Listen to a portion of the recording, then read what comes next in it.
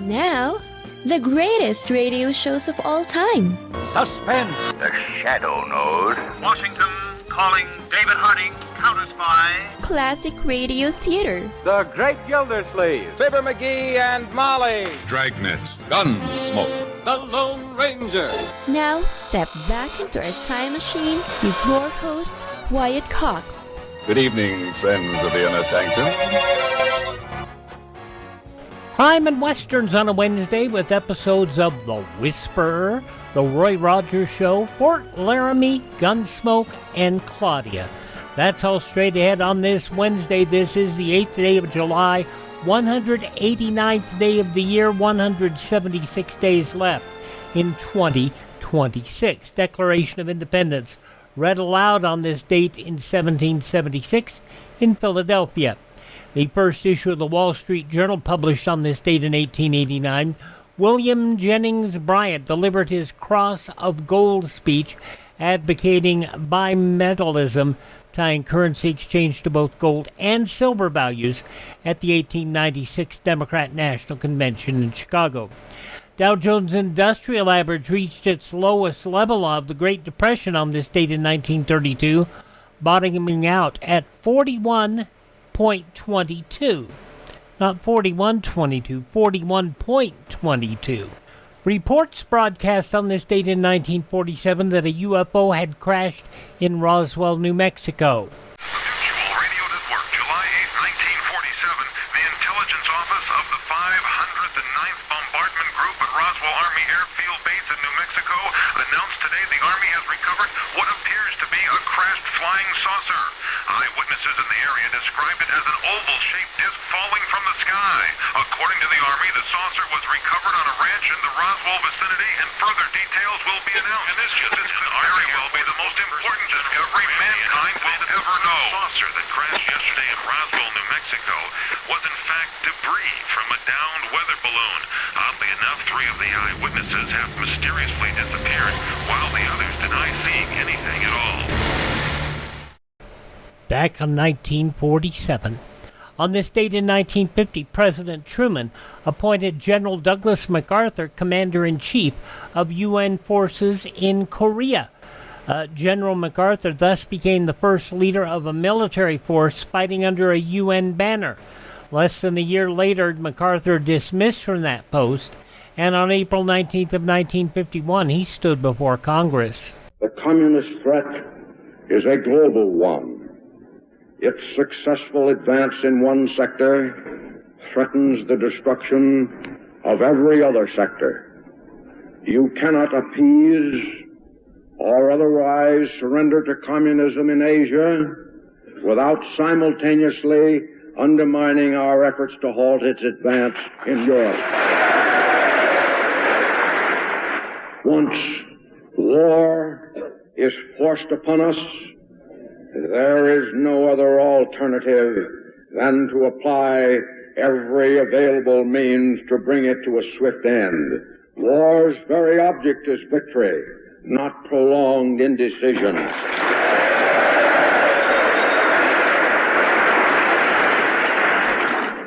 In war, there is no substitute for victory.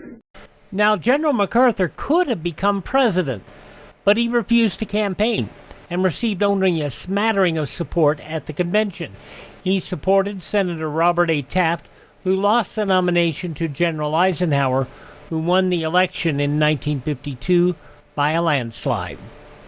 In 1959, Major Dale R. Ruiz and Master Sergeant Chester M. Ovan became the first Americans killed in the American phase of the Vietnam War. The first round of troops began leaving Vietnam on this date in 1969, a phased withdrawal which would take years to complete. President Nixon later spoke to the nation to encourage Americans to back his strategy. To you, the great silent majority of my fellow Americans, I ask for your support. 11 months after becoming president, when Richard Nixon resigned, Gerald Ford announced on this date in 1975 he would run the following year for a full term. I intend to conduct an open and above-board campaign, both for the nomination and for the presidency. Ford lost the 1976 election to Jimmy Carter by a very narrow margin. And one would think the many of the items that he faced, the Nixon pardon, inflation, number of other things, and it could have been different, but it wasn't. NATO invites the Czech Republic, Hungary, and Poland to join the alliance, the NATO alliance, in 1999. That invitation went out on this date in 97. In 1999, on this date, Alan Lee Davis executed by electrocution by the state of Florida, the last use of the electric chair for capital punishment in Florida. In 2011, Space Shuttle Atlantis launched in the final mission of the U.S. Space Shuttle program. Commander Christopher Ferguson thanked those who contributed to the program over the years. The shuttle's always going to be a reflection of what a great nation can do when it dares to be bold and commits to follow through. We're not ending the journey today, Mike. We're completing a chapter of a journey that will never end. The biggest problem for the Space Shuttle program is that they ran 20 years. And quite frank, and they were designed to run 15. Very few people drive 15-year-old cars these days. And if you look back at the cars that were built 15 years ago, how many of them have had significant improvements? The problem is the way the Space Shuttle was built, it couldn't always take advantage of a lot of those improvements. In 2021, President Biden announced that U.S. involvement in the Afghanistan war would be on August 31st of that year. And that caused a bunch of additional conflicts in Afghanistan. There were not ways to get people out in time, and that hurt. It was on this date 4 years ago, 2022, former Japanese Prime Minister Shinzo Abe assassinated on the street in western Japan by a gunman who opened fire on him from behind as he delivered a campaign speech, an attack that stunned the nation with some of the strictest gun control laws anywhere. The 67-year-old Abe was Japan's longest-serving leader when he resigned in 2020. Secretary of State Anthony Blinken lauded Abe during a visit to Bali, Indonesia. Prime Minister Abe was a transformative leader, a statesman, someone of truly global stature. I've got to tell you, the news of his death was felt very deeply throughout the G20, all of the foreign ministers. You look at the gun attacks not only in Japan, but in Australia, where there are some of the strictest gun control laws in the world, and people are still getting shot. Passing away on this date in history, First Lady Betty Ford. Betty Ford's one of the most significant first ladies in American history, and that's largely because of her fighting for the women's movement in the 1960s and 70s. Presidential historian Douglas Brinkley, another First Lady passing on this date, Mrs. Calvin Coolidge, Grace Coolidge, actress Vivian Leigh, actor Howard Duff, also James Franciscus, Dick Sargent, Pete Conrad, the astronaut, actress June Allison, actor Ernest Borgnine. How about Tab Hunter, another fine actor? From Glee, Naya Rivera, Larry Storch from F Troop, and from The Sopranos, Tony Sirico. Birthdays on this date include the phenomenal singer Steve Lawrence. 1963. Go away. Please don't stay.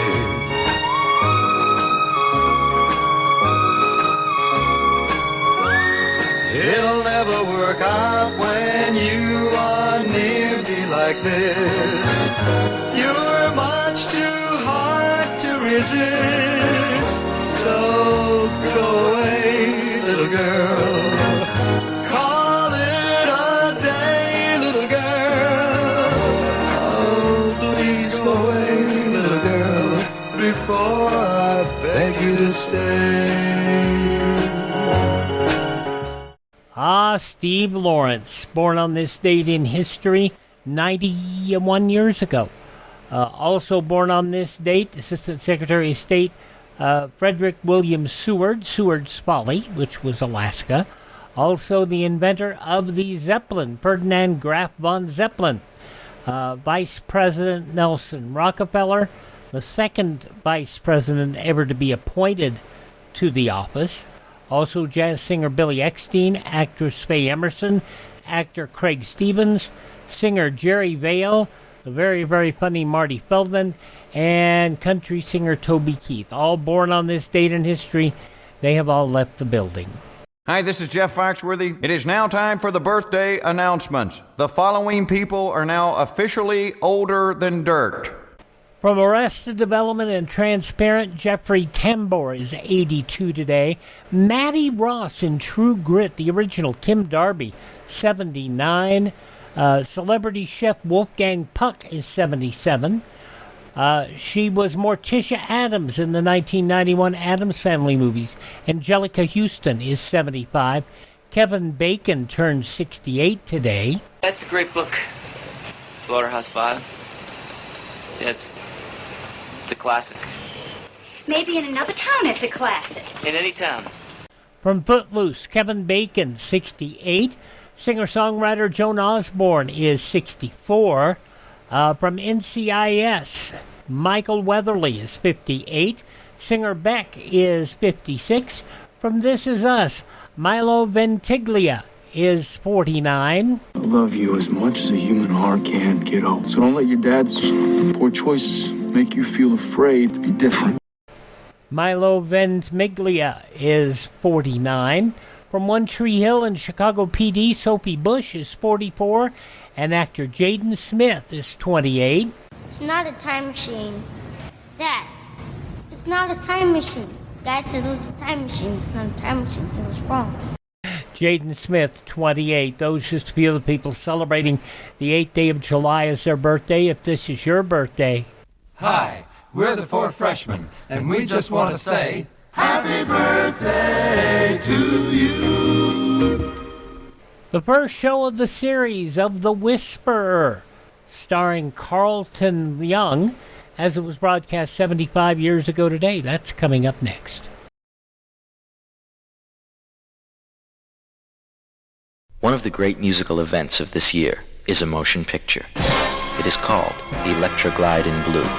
Its soundtrack features the talents of many top contemporary artists, including the hit single Tell Me, sung by Terry Kath of Chicago, now available on Columbia Records. Electroglide in Blue is something to hear and something to see. From United Artists, rated PG, parental guidance suggested.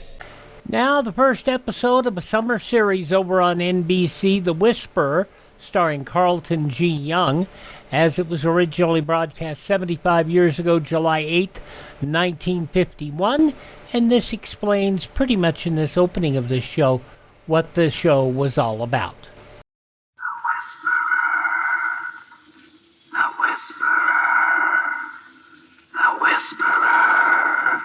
The Whisperer.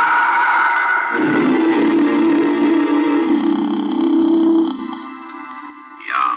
Scurelli. Yeah. What are my instructions? The syndicate has decided to introduce the widespread use of marijuana into Central City. That's a cinch. How rough can I get? We are not interested in methods, only results. You'll get 'em. 1 month from today, we will expect 200 regular marijuana addicts among the high school students. Presenting The Whisperer, starring Carleton Young. The Whisperer, a brilliant man who, losing his voice in an accident which crushed his vocal cords, worked his way deep within the crime syndicate to help destroy it from within. To the underworld, his familiar rattling hiss is the voice of authority, to be obeyed without question.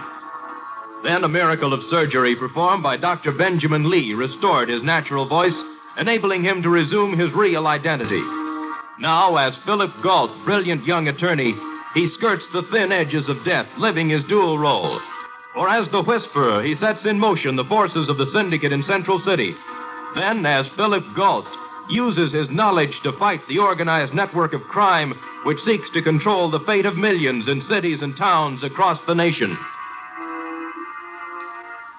The only person besides Dr. Lee who knows the Whisperer's true identity is the doctor's nurse, Ellen Norris, who is listening now as the Whisperer completes his call to his superiors in the crime syndicate in New York City. New York. Central City reporting. Instructions conveyed to Scurelli will keep you informed. Oh, Bill, did you have to give those instructions? Yes, Ellen. As soon as I receive them from my superiors in the syndicate, I must pass them on. But marijuana means broken lives, heartbreak for parents, too. I know that, Ellen, but if I refuse, the syndicate will liquidate me before the day is over. How will Scurelli start this tragedy? Well, he'll find a high school boy or girl who is a leader and induce them to start selling marijuana. Well, couldn't we warn the PTA? No. We must let Scurelli make his contact, then catch him and his men with enough evidence to send him to prison. Meanwhile, some boy or girl becomes an addict. They won't work that way. They'll set up a party, spike the drinks, and when everyone is happy, they'll pass out one or two or as many cigarettes as it takes to get them high. How terrible. But until that party, we needn't worry about whoever Scurelli contacts. That makes me feel somewhat better. Say, how about leaving the office and having a soda, huh? Can't. However, if you should just happen, mind you, to come back around 4? I'll be here with bells on. That won't be necessary. As you see, we furnish our own bells. Yeah.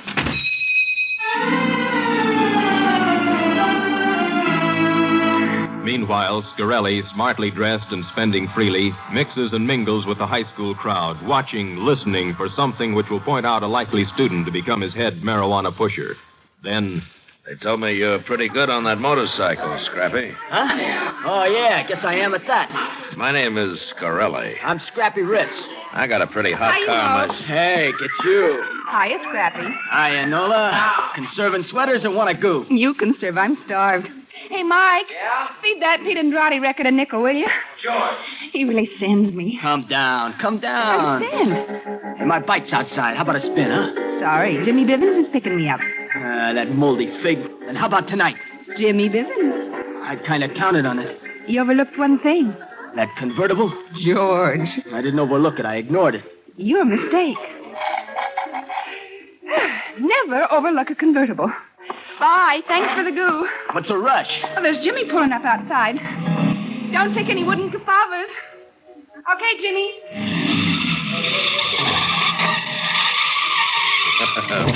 That's really burning it, huh? Huh?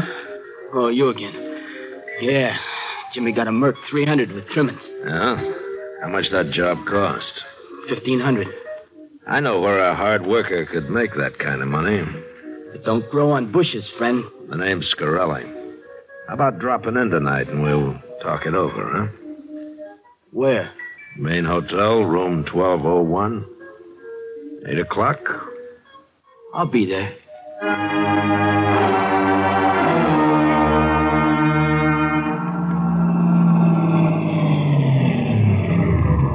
Would you mind telling me why you brought me all the way across town to the hangout for that soda? I love your company. That I sometimes doubt. No, you had some other reason. Well, Ellen, if I were Scurelli, I'd hang around, ask questions, spot a likely pusher, and then make contact. And you're going to see if Scurelli has been here? You're a woman of unusual perception. Park it here, as we used to say in my high school days. Well, 23 skidoo to you, too. Name it, Mopes. Mopes? Okay, squares. That I get. Well, don't lug it. What goose? Goose? Goose. What do you want? Oh. I've had conversations like this in nightmares. Look, could we just talk to you? Jive, dig. Huh? Would you humor an old man and just use plain English? You do. Speak it. When I have to. Splendid. We've found a ground for mutual understanding. Has an older man, probably well-dressed... Gook. I'll start over. Has a gook been asking... Waxing. Okay. Has a gook been waxing don't tell me... Mope? George. Who? Scrappy Wrist. The gook's waxing him about a hot rod. Oh, now I see. Wanna bet? Don't expose me. Where does Scrappy live? 834 Canal Street. Octagon. Huh? I said octagon. That means thanks from 2 squares.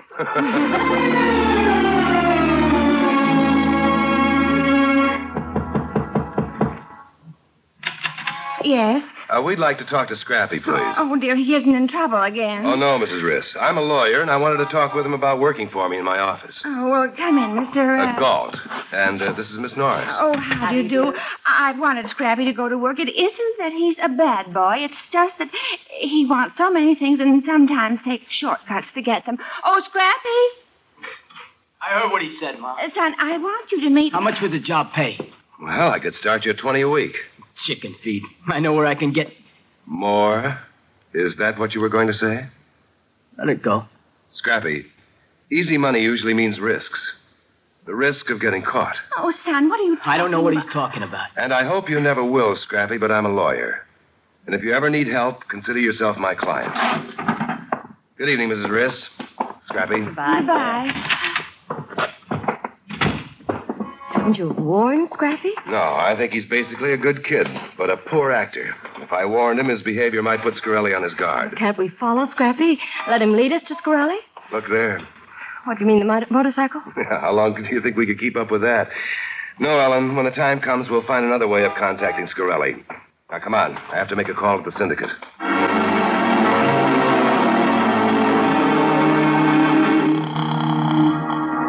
New York. Central City reporting. Go ahead, Central City. Scurelli has found a good high school contact. He's in love, and his rival owns a hot rod. Keep us informed. Phil, every time you use that voice, it gives me goosebumps. That whisper was the only sound I could make when I first met you. I know, but I'll never get used to it. Oh, by the way, somehow we've been sidetracked on that soda. Could we... Later. Right now, we have a date to park in front of Scrappy Riss's house until he returns from his meeting with Scurelli. But that may be ours. Well, parking can be fun if it's properly approached. Oh, no, Mope. I may lag in modern idioms, but some things haven't changed since I left high school.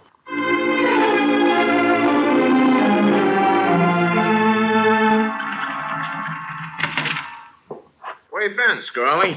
Setting up a pigeon. He's ripe. He's a tough kid in love, and he wants a hot rod. Oh, sounds like he's already hooked. Yeah, I'm counting on that.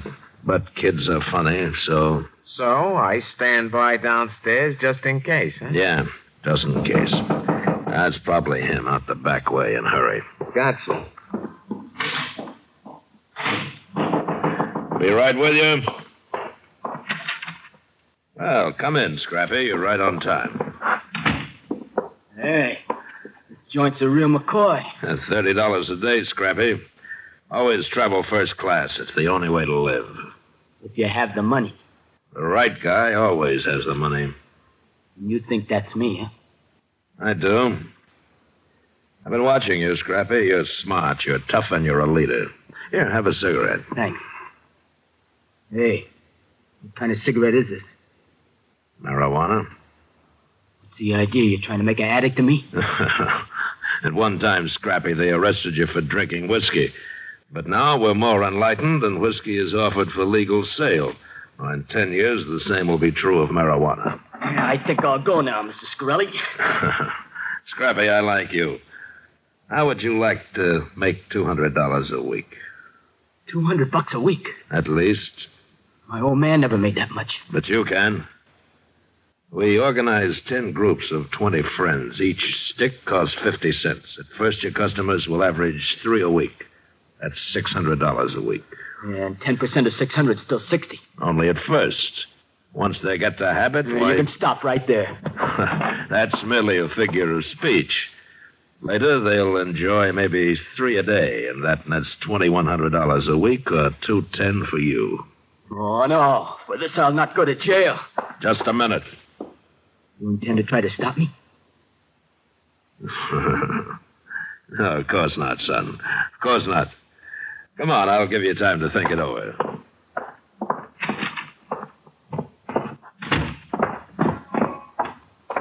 Now, just to show you there's no hard feelings, Scrappy, I'll give you a drive in my car. Here it is. Do you like it? Who wouldn't? Cost $20,000. British job, 362. Slip under the wheel, twirl it around the block. Hey, you really mean it? Of course I do. Get in and I'll brief you, and then you can burn the rubber.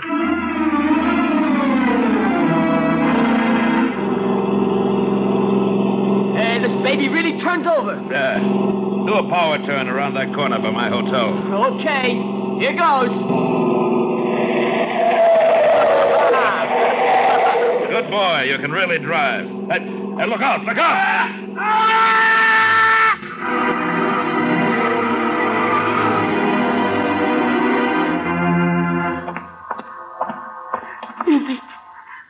Yes, son. He's dead. Oh, what am I going to do? Well, if we report this, you get 20 years. But it was an accident. That's why I'm going to help you. Help me put his body in the trunk, and I'll get rid of it where they'll never find it. That might get you in trouble. I'll take that risk, provided you'll be my head pusher. You mean marijuana? But I already told you. Either that or 20 years. Which will it be? Hurry. All right. I'll sell you marijuana.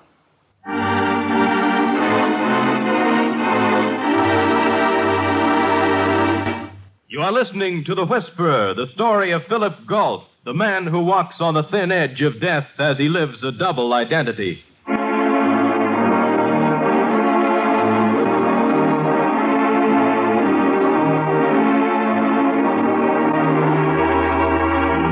Philip Galt, known to the underworld as the Whisperer, has ordered the introduction of marijuana into the high school.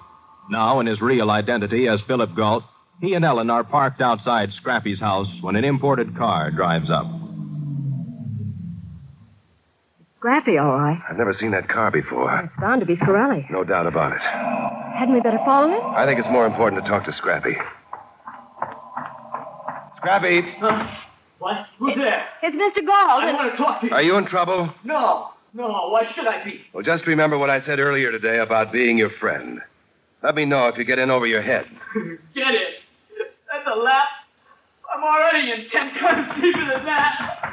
Something dreadful has happened tonight. You should have stopped it. That was my first mistake, Ellen. My second was in not following Scurelli. Now we've got to find him if it takes all night.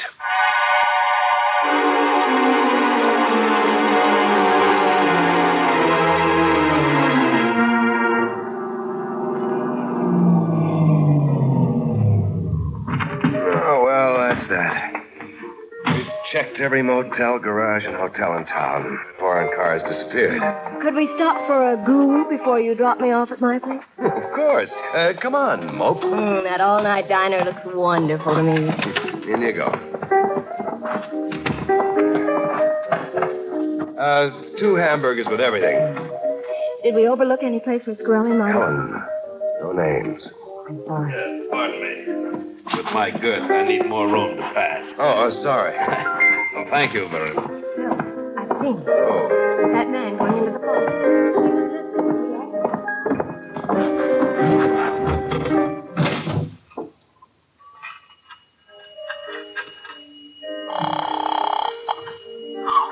My Scrappy, awake at 3:15? Man named Galt is searching for my car. It's hidden at the casino, but if he finds it, those fingerprints will hang it. But Mr. Scurelli... You must get rid of Galt. No. I'll be at your house by 3:25. Be ready. But They can't hang you any higher for 2 murders than for 1.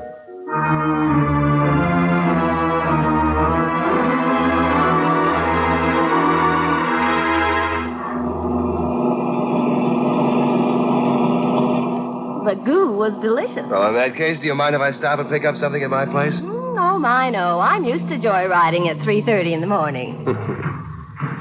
I'll only be a moment. Phil! Keep down. Getting when? Scurelli is, yes, but Scrappy shot at me. Mr. Galt! Yes? I'm sorry. Come on inside, kid. We've got a lot to talk over.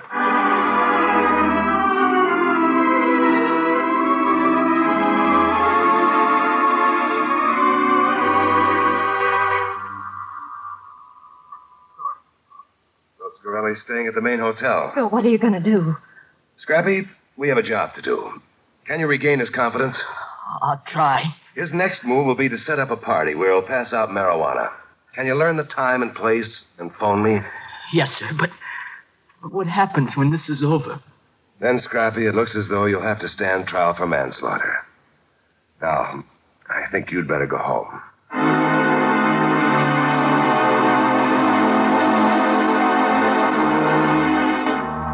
After Scrappy leaves, Philip Galt dials the main hotel. As the receiver at the other end is lifted, he speaks in the voice of the Whisperer. Mr. Scurelli, please. When? Just now. Thank you. He's checked out? 10 minutes ago. That means he knows we've talked to Scrappy. Who are you calling? Scrappy's mother. He must stay at home until I can get there. His life depends on it.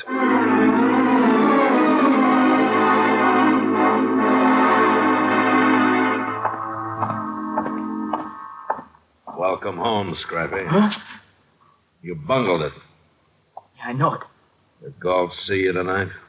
Oh, no. All right.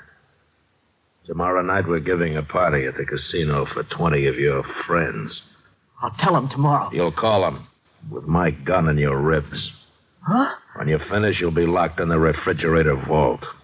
Why are you doing this? I saw you come out of Galt's place. Scrappy, your number is really up.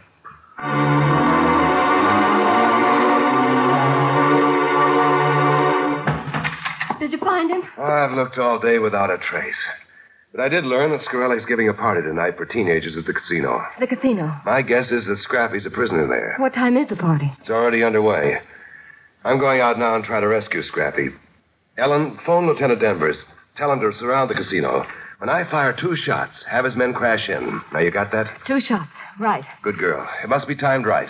Too soon, no evidence. Too late, a lot of fine kids will be headed for a place I'd rather they didn't go.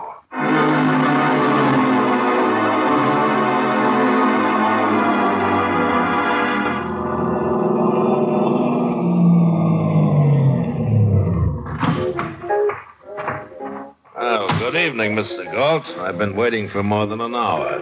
Sorry if I've kept you waiting, Scurelli. I'll take your gun. Thank you. Come on.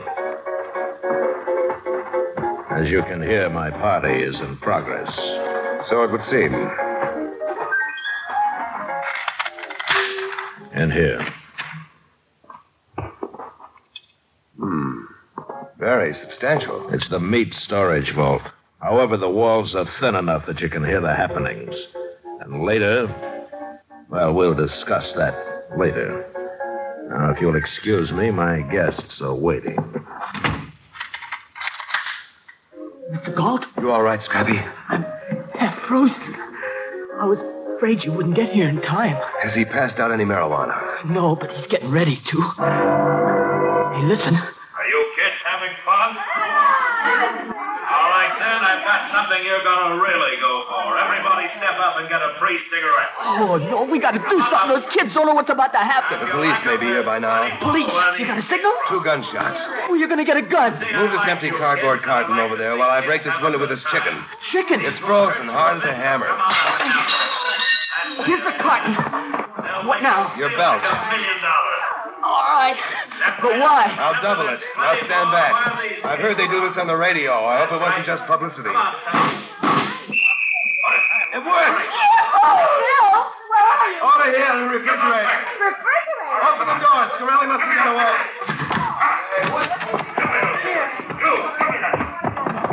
Thanks. I'll stay back. All right, you kids, toss those cigarettes in the fireplace. Move now. I'll shoot the first one who tells where they got one. He's getting rid of the evidence. You over there, move. Scurelli. What? Drop that gun. Go. Drop it, Scurelli. All right, everybody, it's all over. The police will be here and take over. Well, this is a haul. Outside, we grab the drivers and the marijuana, and inside we find Philip Galt, boy murderer. That man has narcotics on his body, and he shot first, Lieutenant. You wish? I have 30 witnesses to prove it. We'll pass that for now. How'd you know about this unless you're implicated in the marijuana business? My client, Scrappy Wrist, told me. Oh, that right, Scrappy? Yes, sir. Then you must be implicated in this, too. No, sir, My client is innocent of any wrong intent. He was coerced. No use, Mr. Gall. I can't take it any longer. I killed a man. Oh. In that case, Scrappy, you're under arrest. Lieutenant, before you do a foolish thing, can we see the prisoners? Well, it won't help Scrappy, but Orson, bring in the prisoners. Do any of them look familiar, Scrappy? What? Hey, can't be. It's the man I ran over. There's the man you thought you ran over. He and Scurelli pulled the old insurance gag. This man screamed, acted as though the car hit him, and fell. Yeah, but I helped put him in the trunk. And we're too excited to notice that he wasn't even injured.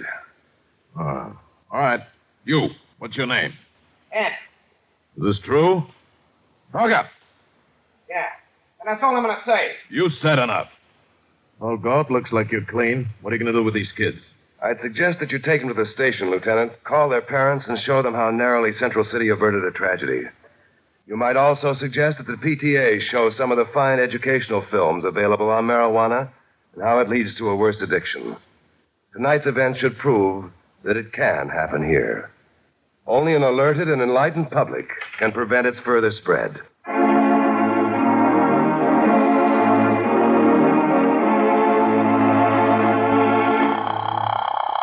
Bill, now that it's over, can I please have that soda? Just as soon as I contact the syndicate. Just take a minute. I've already given the operator... Shh. Yes. Central City reporting. Go ahead, Central City. Scurelli bungled. The entire gang captured. The public is vigorously aroused.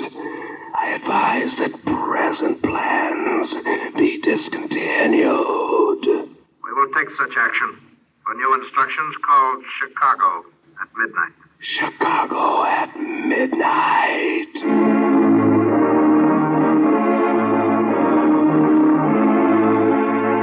The Whisperer.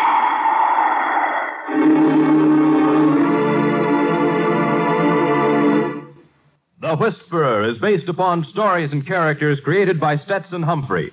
Any similarity to persons living or dead is purely coincidental. Carleton Young is starred as the Whisperer. Betty Moran is Ellen. Others in the cast were Julius Kralbein, Jerry Farber, Alice Backus, Eddie Firestone, Paul Frees, and Ruth Parrott. Script was by Ann Gill, original music by Johnny Duffy, and the entire production was directed by Bill Karn. Next week, listen to another exciting adventure with... The Whisperer.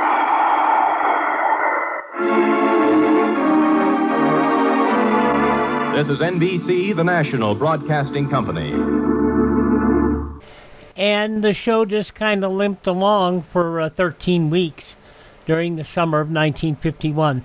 The Whisperer, 75 years ago, here on Classic Radio Theater with Wyatt Cox. We'll go to 1954 next for an episode of The Roy Rogers Show.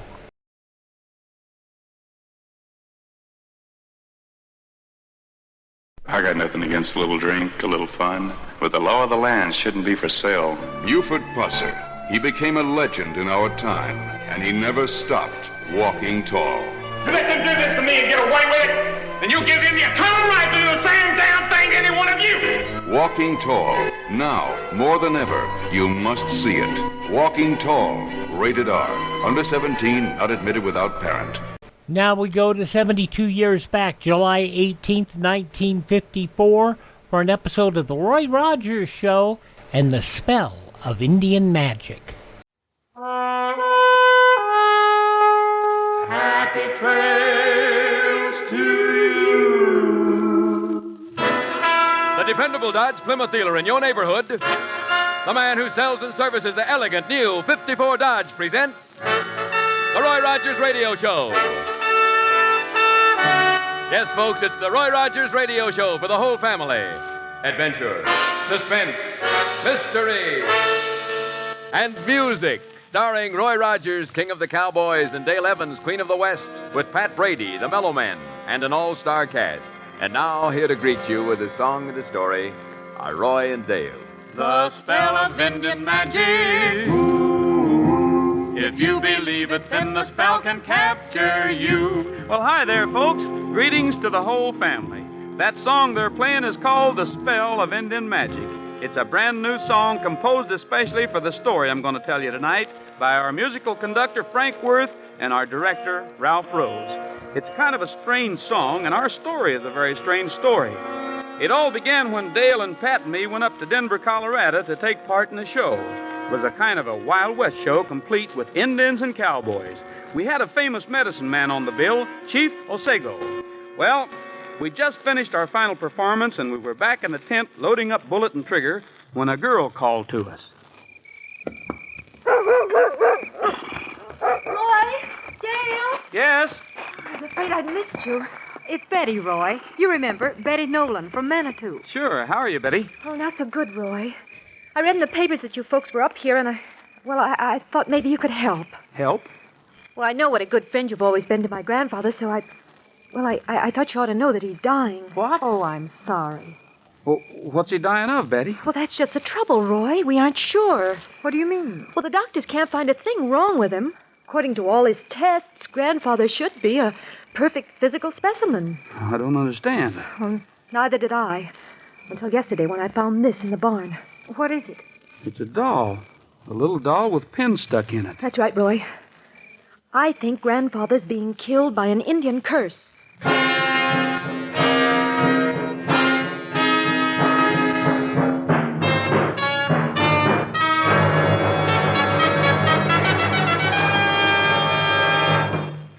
In just a moment, Roy and Dale will return with part one of a story about a curse, a spell, and Indian magic.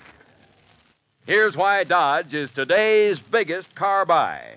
The great new 54 Dodge is the lowest priced V8 in its field. That's right. Now you can buy a beautiful 54 Dodge at the lowest price of any big car V8. And no other car brings you all the big car features of the dependable Dodge. Full 150 horsepower gives you smooth, powerful starts and proven performance. Sleek lines and natural beauty make Dodge the car you'll be proud to own. Spacious Dodge interiors let you enjoy real roominess and comfort. Plenty of headroom and legroom. And remember this.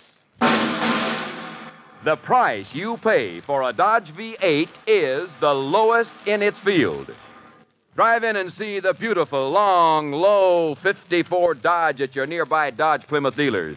And if you want a good, dependable used car, be sure you see the First Choice Roy Rogers specials your Dodge dealer has for you. And now back to Roy Rogers and Dale Evans in part one of tonight's story.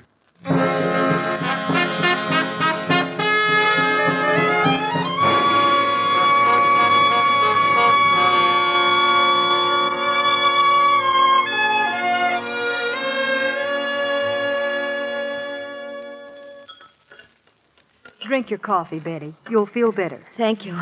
Well, tell me about this doll again. When did you find it? Yesterday. Well, what did you do when you found it? Well, I didn't know what it was at first, so I took it to Jack. Jack? Jack West, my fiancé. Well, he told me about the legend of the Indian devil doll. You mean the old stories that witches and medicine men used to make these dolls in the likeness of their enemies and then stick pins in them? That's right. Finally, they stick a pin in the spot where a person's heart is located, and the person dies.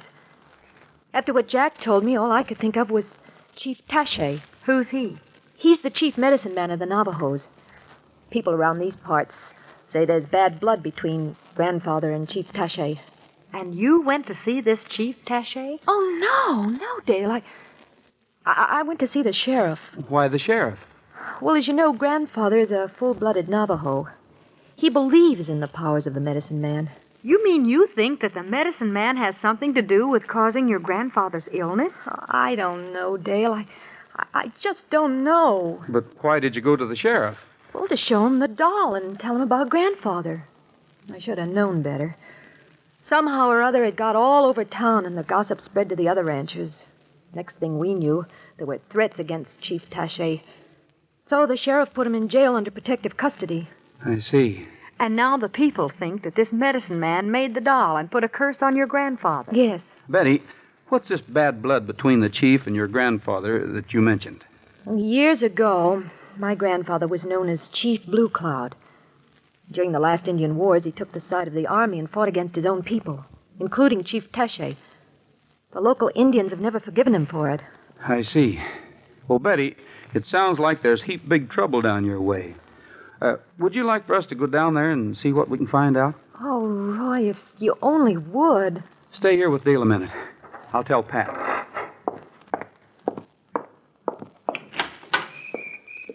Pat?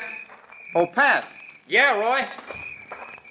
Pat, get Bullet and Trigger ready for a little ride. We're going to Manitou the first thing in the morning. In the morning? Oh, now, Roy, you ain't gonna do any traveling tomorrow, are you? Why not? What's the matter with tomorrow? What's the matter with tomorrow? Oh, nothing. Nothing at all.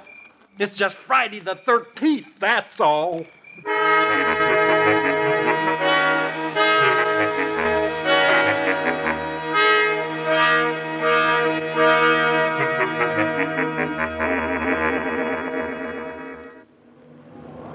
Betty, we've been so busy talking about devil dolls and your grandfather that I haven't had a chance to ask you anything about your fiancé. Jack? Oh, he's a wonderful man, Dale. What kind of work is he in? He works for the United Museum.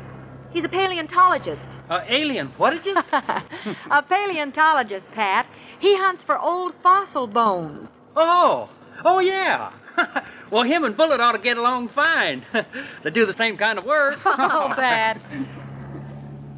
The town's just up ahead. That's strange. What? That crowd up the street there. Where? That's the jail. Roy. Now, take it easy. We'll see what's going on. It's a mob, Roy. This looks serious. Come on. Folks, get back! Don't do anything you'll be sorry for! Don't look at your hands! Wait a minute, people. Hold on now. Thanks, mister. Who are you? Roy Rogers. Who are you? Jack West. Oh, yeah. Betty's fiancé. Just stand your ground, Jack. This mob will break up in a minute.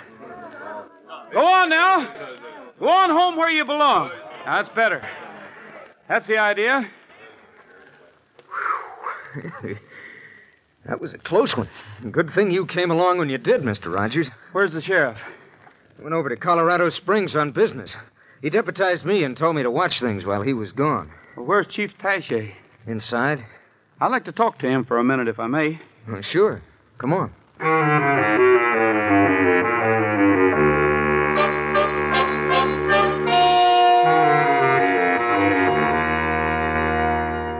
I am Chief Taché. I'm Roy Rogers, Chief. I come here to find out if you made a devil doll and tried to work Indian magic on Chief Blue Cloud. No, untrue. I not make bad medicine, only good. Do you know what's wrong with Chief Blue Cloud? Yes. He is dying because of devil doll. Who's responsible? Do you know? No, but can guess. Yes? Evil spirit in human body. Great worker of evil magic. Spirit called Wonga. Wonga, huh? Well, whose body has the spirit of Wonga taken? Not know. You're sure you're telling me the truth? Chief Taché, do not lie.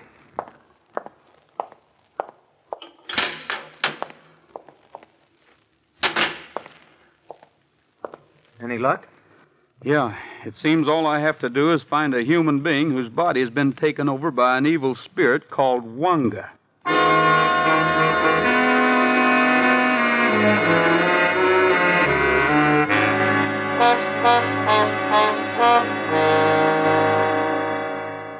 Make yourselves at home, folks. I'll see how Grandfather is. Nancy! Nancy! Yes, ma'am. How is he, Nancy? I think he is sleeping. Good. I'll just look in on him. Nancy, these are my friends, Roy Rogers, Dale Evans, and Pat Brady. How do you do? How do you do? Well, make some sandwiches, will you, Nancy? I imagine our guests are starved. Yes, ma'am. I'll have them ready right away. Excuse me a minute, will you? I'll see how Grandfather is. Well, sit down, folks. Make yourselves at home. Thank you. That's a charming Indian girl. Who is she? Nancy? Well, I guess you'd call her a maid, but she's really more than that. Her father worked for Betty's grandfather, and then when he passed away, Mr. Blue Cloud sent her east to school. When she returned, she became a kind of companion to Betty and her grandfather. Jack, what about this so-called feud between Chief Blue Cloud and Chief Taché? Well, it dates back to the last Indian War. Chief Blue Cloud took the part of the army. Yes, I know about that, but is there anything more to it? Anything you can think of? Well, Of course, there's the ranch. This ranch? Yes.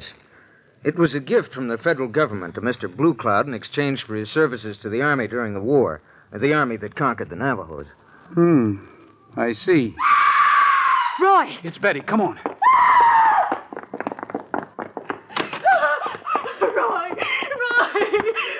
What is it, Betty? What's the matter? Grandfather, he's dead. Roy, look. Yeah, it's the devil doll. With a pin in its heart. Roy, there's a piece of paper stuck to the pin. What does it say? There's one word on the paper, Dale. Just one word. Wonga.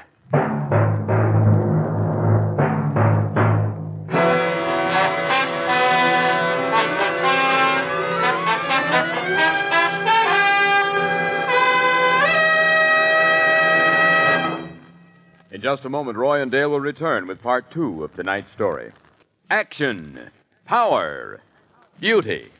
That's the Dodge for 54. It's the car for you. Those long, low, sleek, flowing lines are good looking. They look natural. There's nothing awkward, nothing artificial about a Dodge. It's just a massive, rugged, really beautiful big car.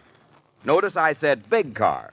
You get so many big car features in this new Dodge. There's big car power, record-breaking power when Dodge smashed 196 official AAA records for speed and endurance. There's big car luxury, too. You'll find comfort and real roominess inside the new Dodge. Plenty of big car headroom and shoulder room and leg room. Plenty of big car elbow room. And best of all, there's big car value in a new Dodge. The 54 Dodge costs you less than any other V8 in its field. That's right. Dodge prices are the lowest of any big car V8. Stop in and see your friendly Dodge Plymouth dealer. Stop in and see the beautiful, long, low 54 Dodge. And now back to Roy and Dale and the story about a curse, a spell, and Indian magic.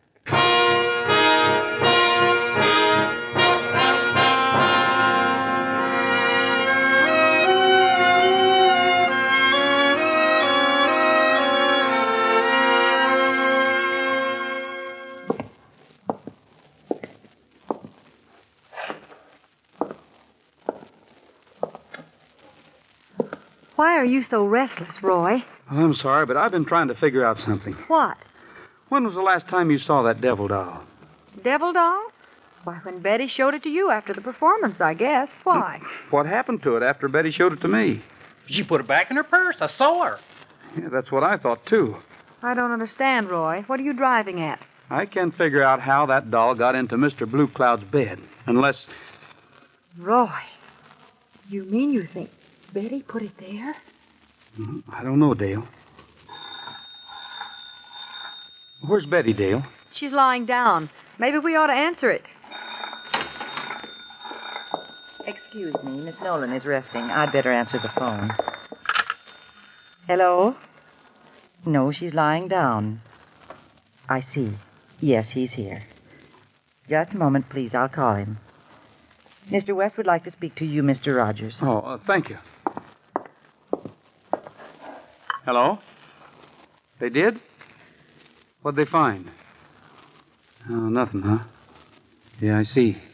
Of course, if the coroner found nothing suspicious, naturally they'll enter it as a natural death. Okay, Jack, thanks. I'll tell Betty. See you later.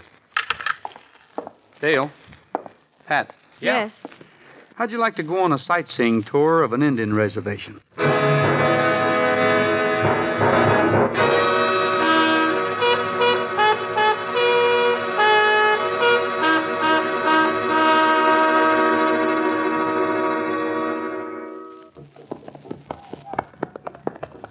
Hey, Roy. Looks like they're having some kind of a celebration. Dale, you and Pat wait here a minute. I'll go see what this is all about.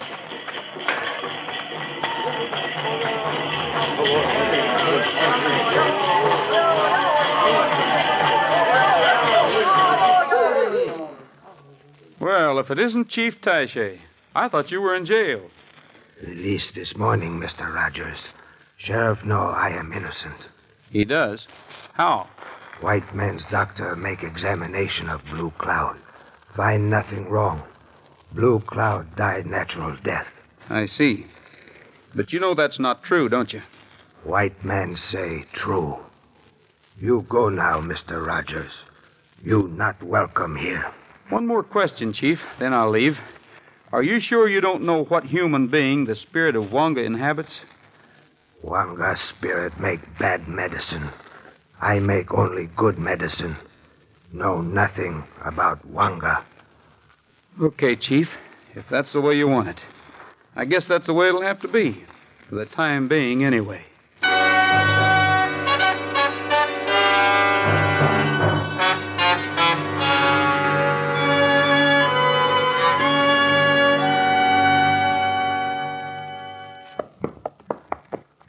Did you find out anything, Roy? No, not much, except that when we find an evil spirit named Wonga, we'll know the truth about this. Boy, it sure is a hot day. Whew. Say, Roy, there's a water hole down there. How about giving the horses a drink? Good idea, Pat. Let's go. Isn't this a part of the Blue Cloud Ranch, Roy? Yes, it is, Dale. Sure is fine country, isn't it? Yeah. Pat? Yeah? I want you to turn around and head back to town. Oh, Roy, in this heat? I'm sorry, but this is important. Go to Western Union and send a telegram to Chief Osego. Tell him I need his help and ask him to join me at the Blue Cloud Ranch as soon as possible. Why do you want Chief Osego, Roy? Well, there's an old saying that I think fits this particular situation. Fight fire with fire. Here's the water hole. Who, Trigger? Who, boy? Whoa, Buttermilk. Whoa, you. Whoa, whatever your name is. Whoa, Red. Doggone it. Whoa. Roy, you reckon this animule is what they mean by the flying red horse? Come on, Trigger. Take a drink, boy. Trigger, what's the matter with you? Come on, Buttermilk. Nice, cool water. Hey, that's funny. The horses have their tongues hanging out, but they won't touch it. Yeah, I see. Well, that reminds me of another old saying. You can lead a horse to water. Better get going into town, Pat, and send that telegram. This whole thing has suddenly started to make sense.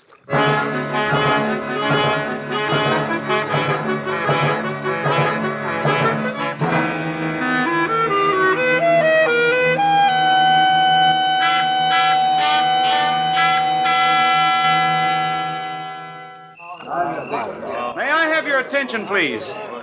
I want to thank you all for coming to this lonely water hole at this time of night, especially those of you from the reservation and Chief Medicine Man Taishe. I can assure you that this is not a joke or a party. It's very serious. The people in this community believe that Chief Taishe had something to do with the death of Mr. Blue Cloud. I don't. So I've asked another great medicine man to come here and help us learn the truth. This is Chief Osego. Yotahe, Sukis. Chief Osego is going to make big medicine, powerful medicine that will dispel an evil spirit known by the name of Wonga. Will you take over, Chief Osego? I call upon the great spirit of fire to light the water before us. I light this torch. I place it upon the water. Behold! Don't be afraid, folks. Don't anybody move. As you can see, the water's burning. Chief Osego truly has big magic, big medicine. And now, for even stronger magic, at my request, the chief has made a devil doll in the image of the evil spirit who is really responsible for Mr. Blue Cloud's death. The chief will now work his magic on the doll and the one who is guilty. Hairs from a comb, pieces of cloth, bits of leather, three-toed sloth, string of silk, boll weevil, all baptized on the altar of evil. What's he doing, Roy? He's weaving a spell, Dale. And when he's through, we may know who's been at the bottom of this. I stuck a pin into its arm, and lo, the arm hung limp beside. I stuck a pin into its arm, and lo, the arm hung limp beside. I stuck a pin. No, my arm, my arm! Roy, it's Jack West. Jack! Stop! Please, take the pin out of the doll, please! I didn't do it. It was Nancy. She did it. She made me do it. He lies. Get her, Pat. I'll get her. I'll kill him. I'll kill him with magic. You'll see. You'll see!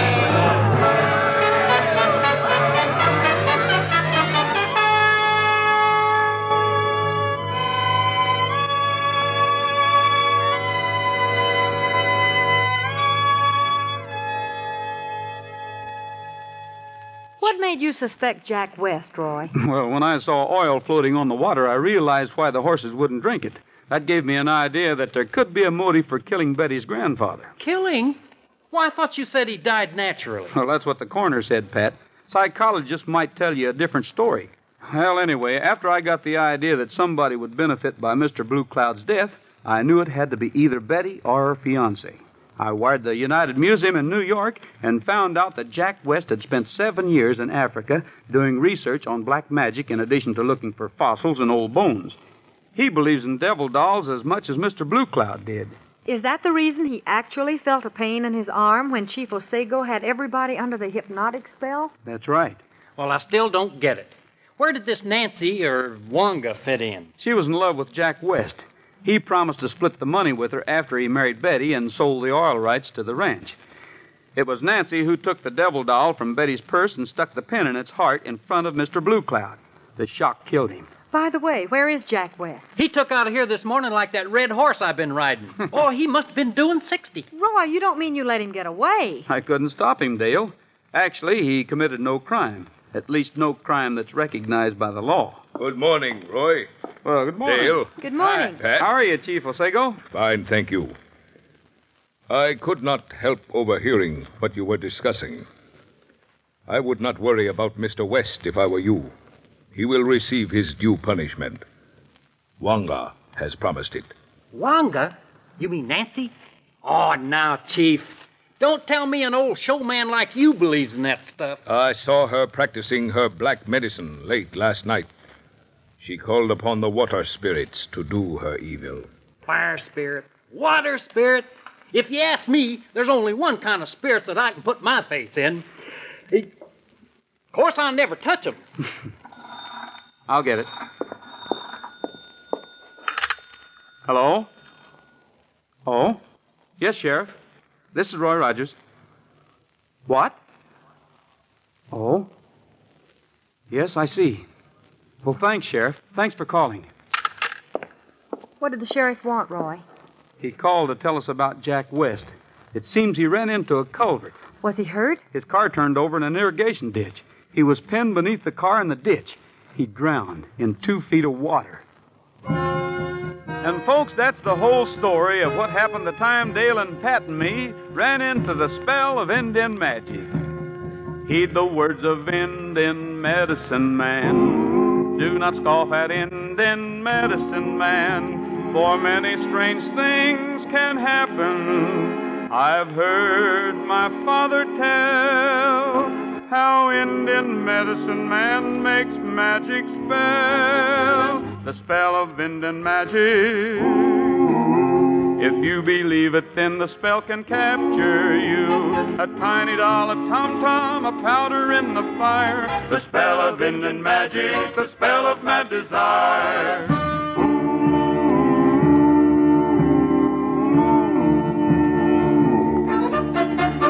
He's as old as time, that medicine man. Can he cast a spell? He certainly can. You say that such things are foolish, that we should not believe. But I have seen that old Indian chieftain weep.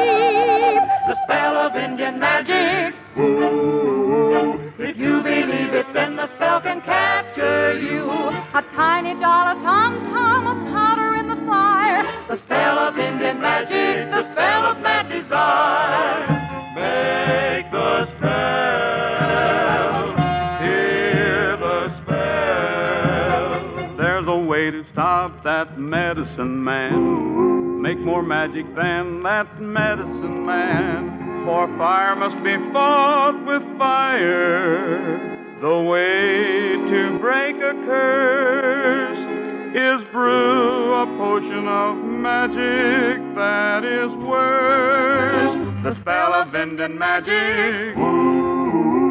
If you believe it, then the spell can capture you. A tiny doll, a tom-tom, a powder in the fire. The spell of Indian magic, the spell of magic.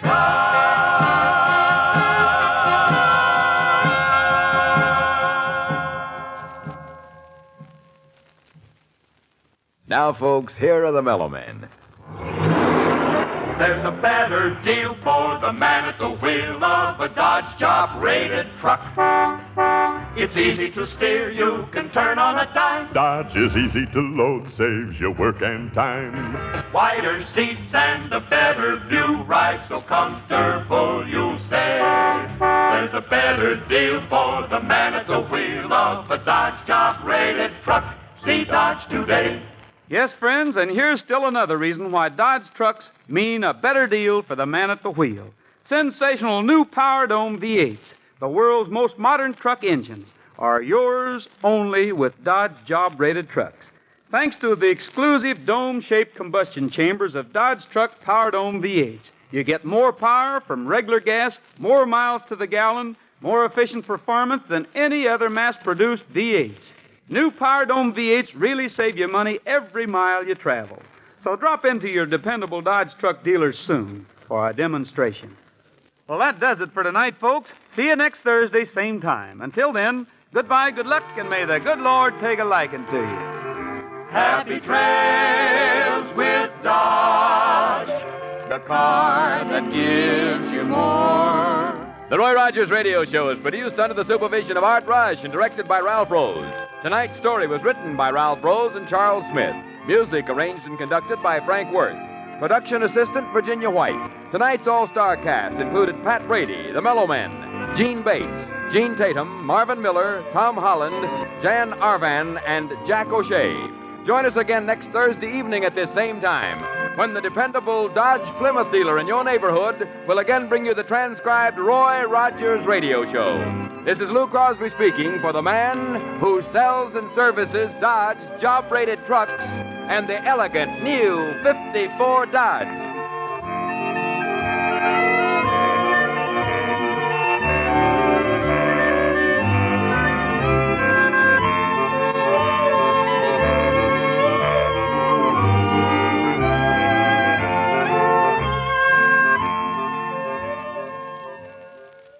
Roy Rogers' show ran for 11 years on radio from 1944 to 1955. Carried on a lot of radio stations. All right, this show was from 72 years ago, July 8th, 1954, here on Classic Radio Theater with Wyatt Cox. Coming up tomorrow, Brian Dunleavy goes on his first dangerous assignment from 77 years ago. Frank Graham, Frank Nelson in Jeff Regan Investigator. She's lovely, she's engaged, she eats soybeans from 1950. Dick Colmer as Boston Blackie from 1946. Dana Andrews and I Was a Communist for the FBI.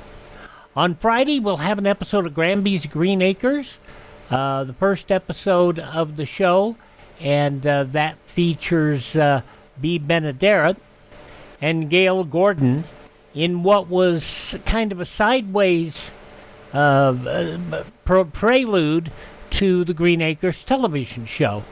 Also, Have Gun Will Travel and the Lux Radio Theater production of The Ruggles of Red Gap, starring Charles Lawton, Charlie Ruggles with Zazu Pitts. On Saturday, Howard Duff as Sam Spade Detective, Murder by Experts, Escape, and Romance. On Sunday, Philip Marlowe, starring Gerald Moore, and a couple of movie adaptations. Screen Directors Skin Guild Theater, The Human Comedy, starring Mickey Rooney and Frank Morgan, and the Lux Radio Theater production of Air Force, starring George Raft and Harry Carey. On Monday, Suspense, A Long Night from 1958. Somebody Knows, the summer series that took the place of Suspense in 1950. Alan Ladd, Box 13, The House of Darkness, and the CBS Radio Workshop, The Case of the White Kitten. On Tuesday, Dragnet, Escape, Wanted, and Stan Freeberg's very first radio episode from 1957. On Wednesday, it'll be Will Rogers Jr. and Rogers of the Gazette, another Roy Rogers program. We will also have episodes of Fort Laramie and Gunsmoke from 1956. That's a week from today on Classic Radio Theater, anytime at classicradio.stream. Coming up next, we'll go to Fort Laramie.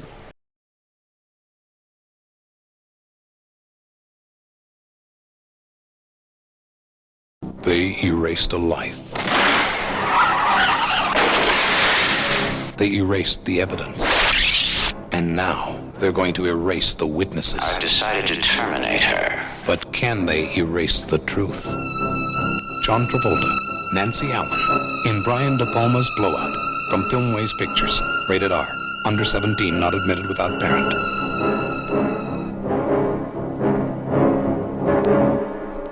We continue now on Classic Radio Theater with Wyatt Cox with an episode of Fort Laramie starring Raymond Burr. This goes back 70 years to July 8th, 1956.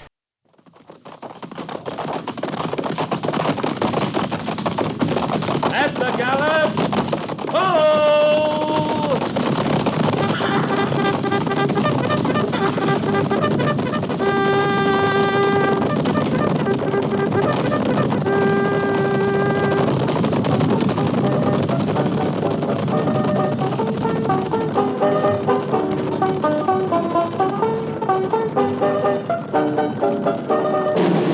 Fort Laramie.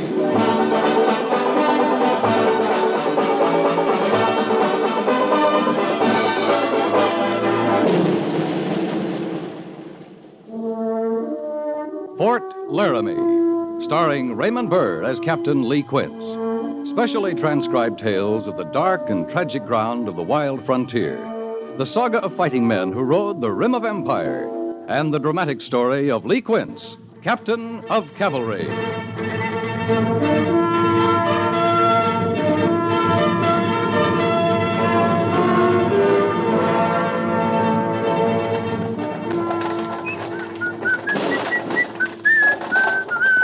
Around her neck she wore a yellow ribbon. She wore it in the winter and the merry month of May.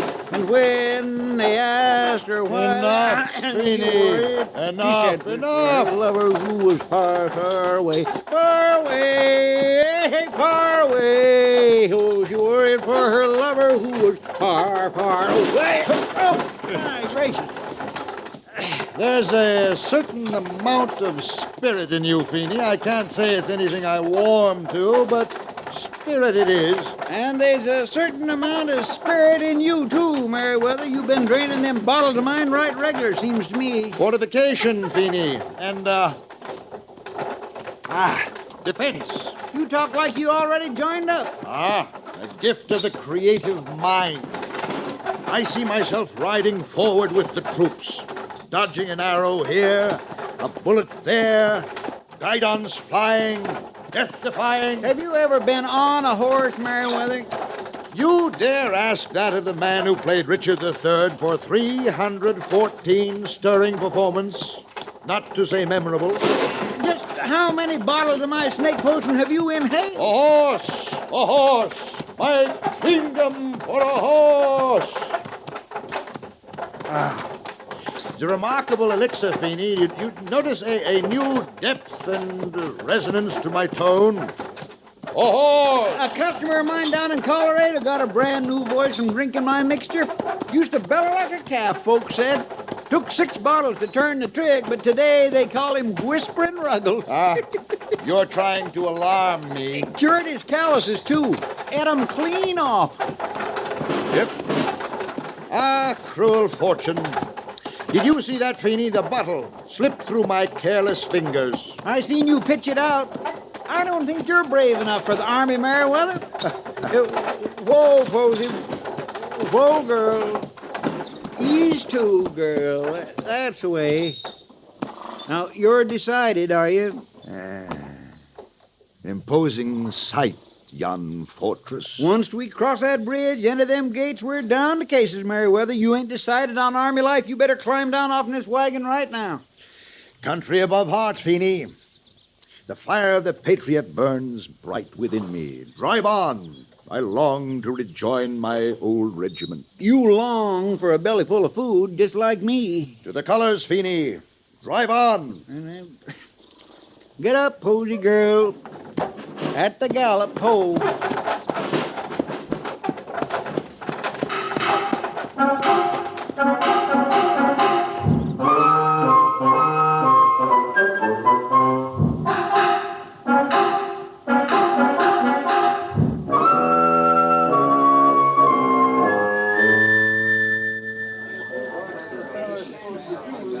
If you can write, fill out the forms there.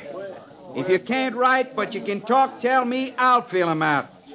If you can't write or talk, we don't need you. About my uniform, Colonel. Who said that? I spoke quite clearly and distinctly, I believe. You? I. What's your name, mister? Granville Merriweather. You some kind of funny man, mister? I dare say I'm not without humor. Not to the point of buffoonery, mind you. Stand up, mister. Very well. You want to make that yes, Sergeant? Why, yes, Sergeant, I believe I do. Now, what's your name? Granville Merriweather. Your real name, mister? I suppose I must. I'm waiting. It's, Botkin, Sergeant. Arnie Botkin. Arnie Botkin? Oh, no, now that sets me off. Arnie Botkin? Why, there ain't no such a name as Arnie Botkin. Why, You another funny man, mister? Well, I ain't near as funny as he is. I done a little sleight of hand in my time, but I never produced no Granville Merriweather out of a Army Botkin. Army Botkin, there's no such Must name I as be subjected to this ridicule, I say, sir? Is this the reward of a patriot? You two together? Alas, we are, but only in these last dark days. Well, it comes from me having a heart of gold, Sergeant. I let him join my act, you might say, seeing he was down on his... Pure distortion, Botkin. pure distortion. Allow me, sir. Your ear... Now, wait. Just you wait, or I'll allow you a sight more in my ear. Now, I tell you, we get ourselves some strange ones in this army, but I swear you two come right close to the limit. You ain't saying we can't get in, A Sergeant. man has his rights, sir, and precious among them is the right to heed his country's call to arms. Stand to the colors, man, against all enemies, foreign and domestic. Are you going to stop, mister? Well, I must say, yes. All right. Now, we'll do this one at a time. You. What's your name? Feeney? Phineas Feeney. Where you from? From? You got a home? Well, it's right outside the door, Sergeant. Posy and me, we got this little wagon rig, and wherever we light at sundown, that's home. Posy, you married?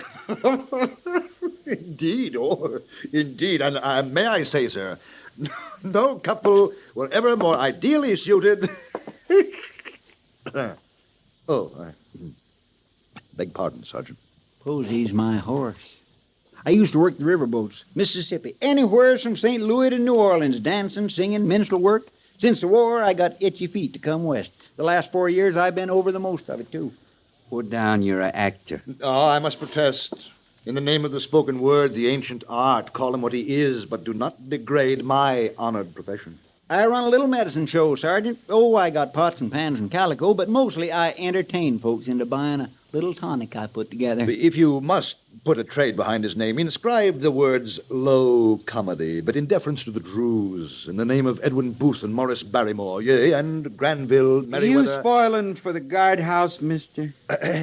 If best to serve my country more, then yes, shackle me, cut from me my tongue. I'm toying with that idea. Captain Quince, sir? Sergeant? Any idea whose rig that is outside?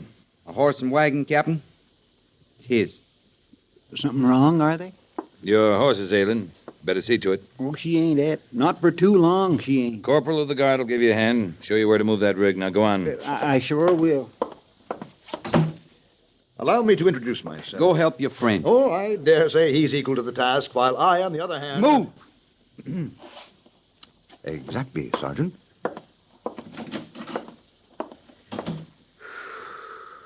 What is that all about, Gorse? Now, ain't that something?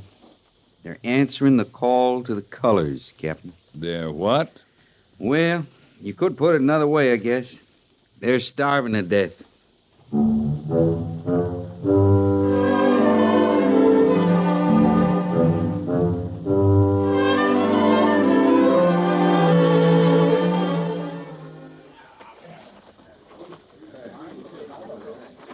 How many new men out there, Captain? In B Company? 20. Pretty sorry sight. Must have hit the bottom of the barrel. A long time ago, Major. After that, we scraped it. What you see out there is after scraping. And a horse. Out. Forward. 1, 2. What? 1, 2, 3. What? 1, 2, 3. What? Mount.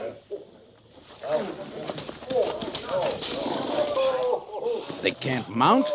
Give the sergeant time, Major. Merriweather, Feeney.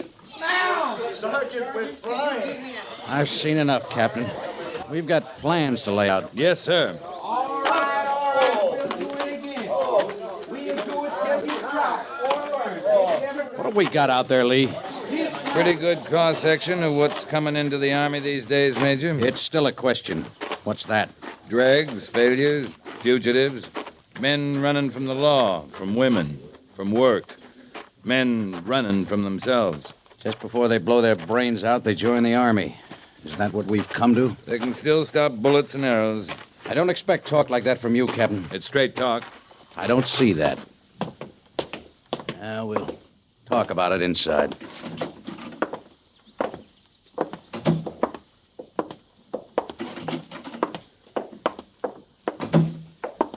Oh, sit down, Captain. Thank you, sir.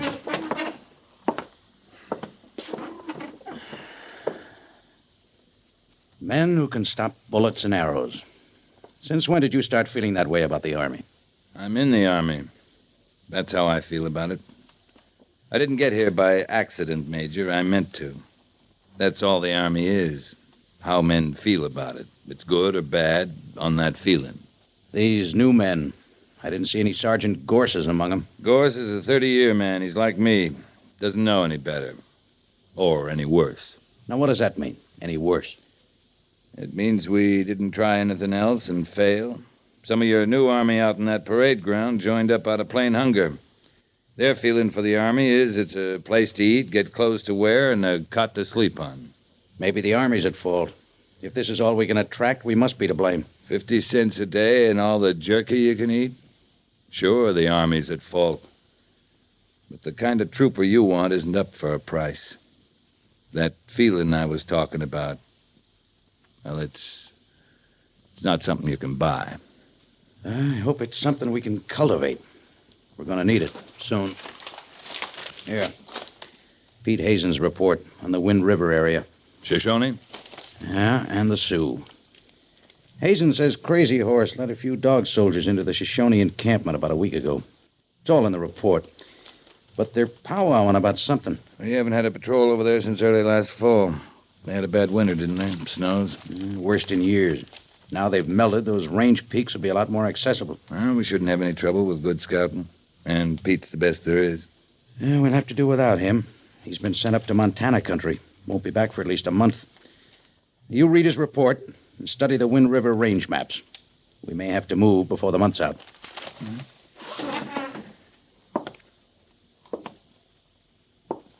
I hope they learn to mount by then. Have to do the best we can, Captain. Against dog soldiers, Major? We'll have to do better than we can.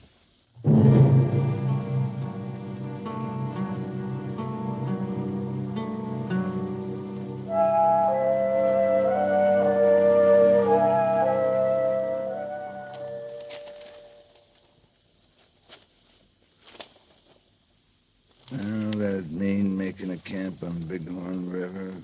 No. Well, that route's no good for us. Come in. You busy, Captain? Yeah, I am, Mr. Sabbats. Still with the maps, huh? Still with them. Oh, what's that? More reports in Wind River? Oh, no, sir. It's something I thought you'd want to see, though. Winter Garden, Booth Benefit for the Shakespeare Statue Fund, Friday evening, November 25th, 1864, Julius Caesar. I was there, Captain. You were? Yes, sir. That's the playbill. Yeah, I see it is. I've never forgotten it. It was the year before I went to West Point. But I had enough sense to know that I was experiencing one of the rare moments in the theater. Mm-hmm. You see there? Junius Booth played Cassius, Edwin was Brutus. And John Wilkes Booth was Mark Antony. Yes, sir. Of course, that was before he... Well, it's very interesting, Mr. Seibert. But you don't know why I wanted to show it to you yet. Look who played Casca. Casca, Mr. Granville Merriweather. Well? Well? Well, he's here, Captain. He's joined the Army. As a matter of fact, he's in B Company. He's been in B Company nearly 3 weeks now. Yes, sir, I know, except that I didn't realize he was the Granville Merriweather. And a while ago, I got to looking through a bunch of old playbills, and I ran across this. Well, he's played nearly all of Shakespeare, Captain. He still can't mount a horse, Mr. Seiberts. I know, and I don't understand it. On the stage, he moves with the greatest ease and grace. For instance, in duels, on the stage, of course. I've seen him show real agility. Mr. Seiberts. Oh, you said you were busy, didn't you? I said I was. I wonder, Captain. Maybe if I work with Mr. Merriweather on his horsemanship. You make a trooper out of him, you're due for a medal. Oh. Tell him to make out he's learning for a part. That might be the best approach. Tell you the truth, I'd like to meet him and talk to him anyway. You talk to him. Ask him if he ever played the part of Kit Carson. Kit Carson, Captain? Yeah. We could use a good guide.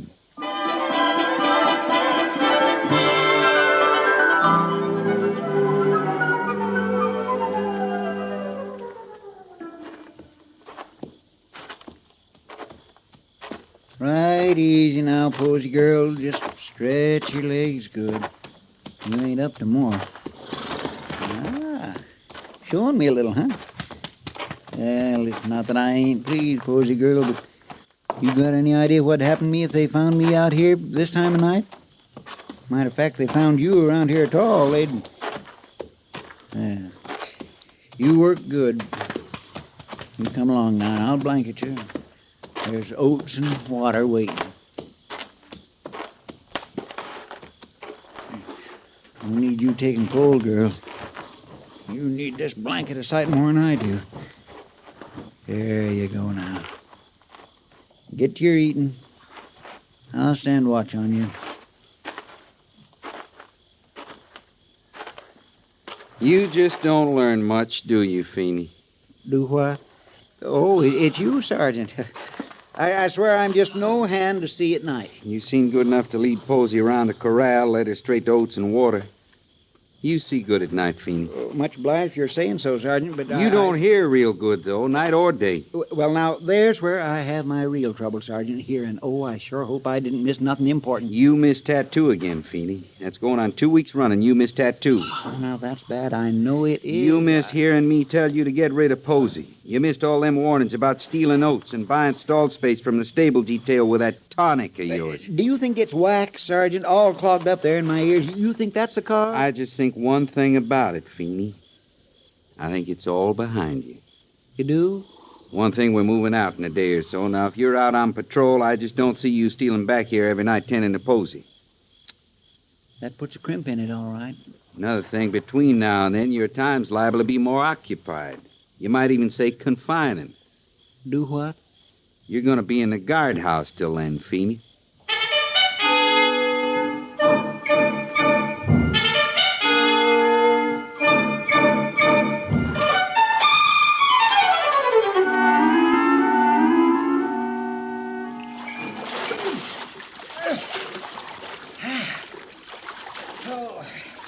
Ain't you gonna wash up, Merriweather?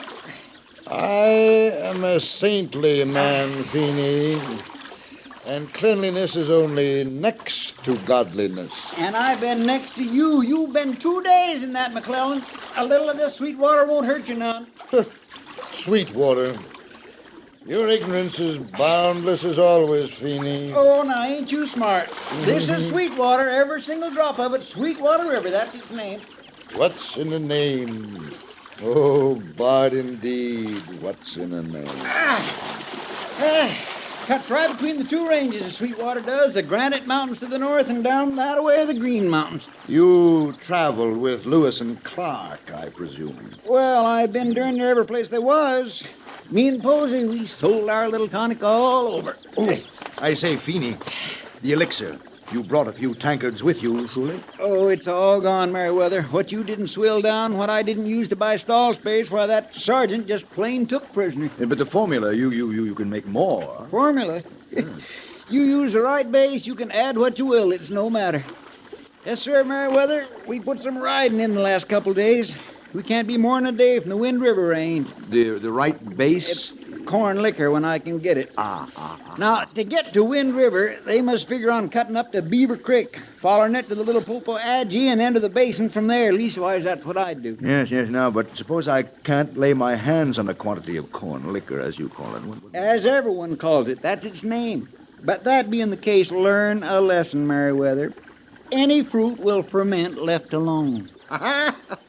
Brilliant, Feeney. Brilliant observation. I'll remember that. You go far enough up through that basin, you can see cow elk and their young feeding on choke cherries. And right alongside, there's apt to be black bears drinking from the stream. Yes, sir, and where it's swampy like as not, there'll be moose grazing. You know what you're talking about, Feeney?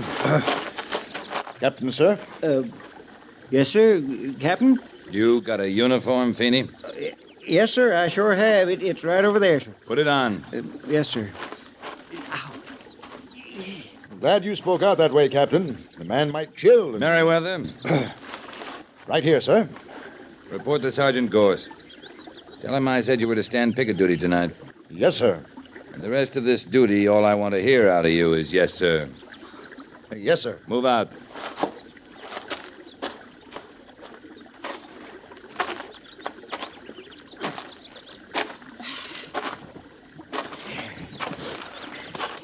You'll draw extra guard duty when we get back to Fort Laramie, Feeney.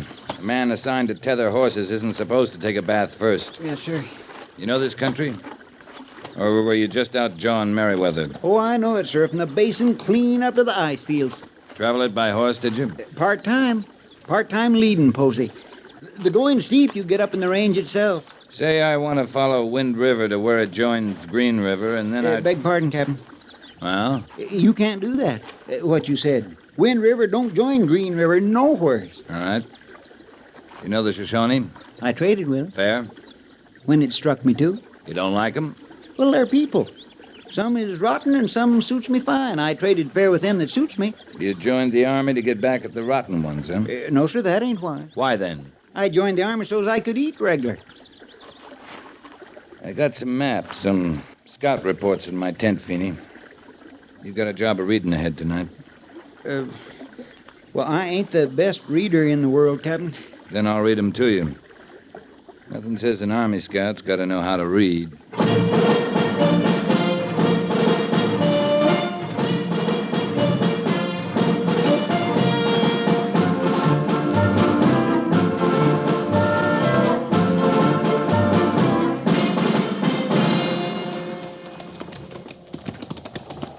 You going by map or instinct, Captain? By map, instinct, and Feeney. If he's right, we cut 40 miles off our old course. It's a hard pull on the horses. Well, Posey made it under full pack. You sure sold on Feeney, ain't you, Captain? Gotta be. He's as near to a scout I got. We got a rendezvous point with him? Yep, over this ridge. There's forage there and water. And that's by map, instinct, and Feeney. Yes, sir.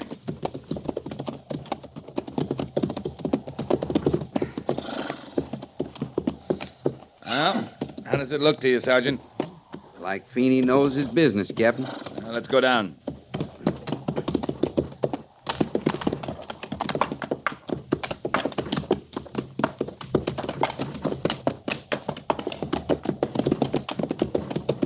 There's a horse yonder, Captain, over by the stream. Yeah, I see it.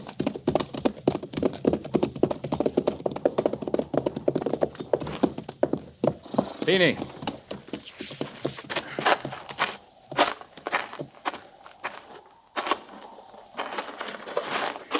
kind of hoped I'd last till you showed up, Captain.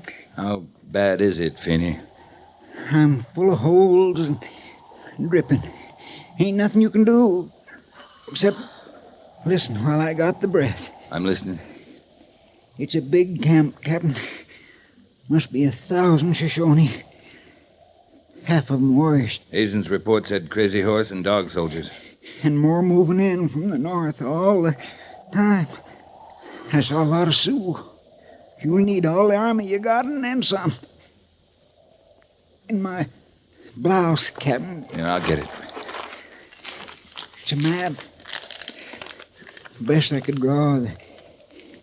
They're in a box canyon.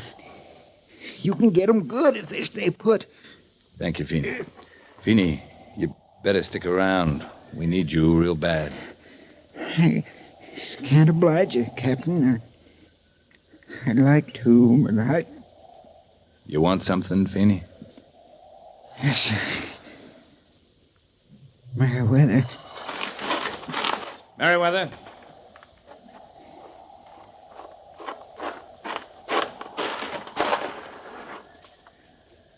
Feeney.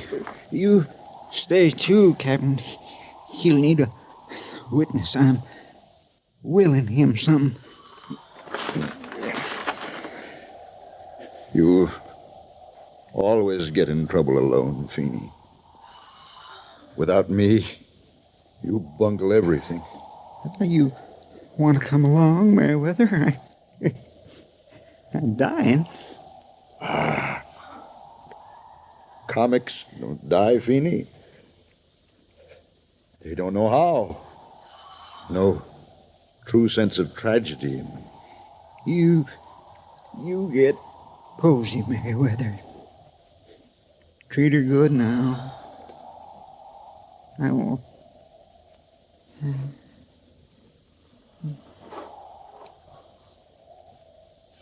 Feeney. Feeney.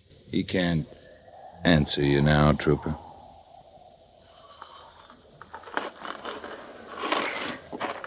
What kind of an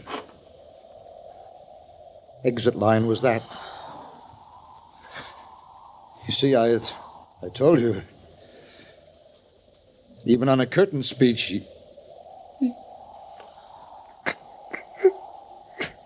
I'm afraid this isn't my best performance, Captain. Maybe it is, Merriweather. Maybe because you're not play acting.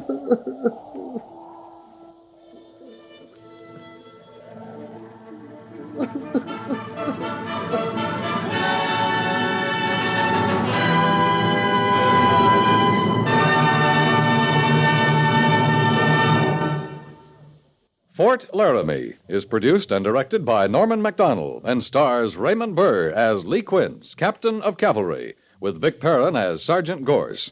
The script was specially written for Fort Laramie by Kathleen Height, with sound patterns by Bill James and Ray Kemper, musical supervision by Amerigo Marino. Featured in the cast were John Daner and Parley Bear. Jack Moyles is Major Daggett, and Harry Bartell is Lieutenant Seiberts.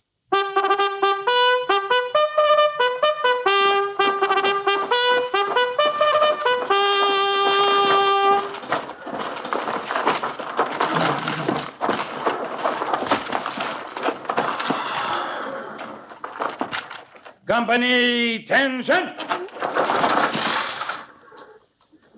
Dismiss.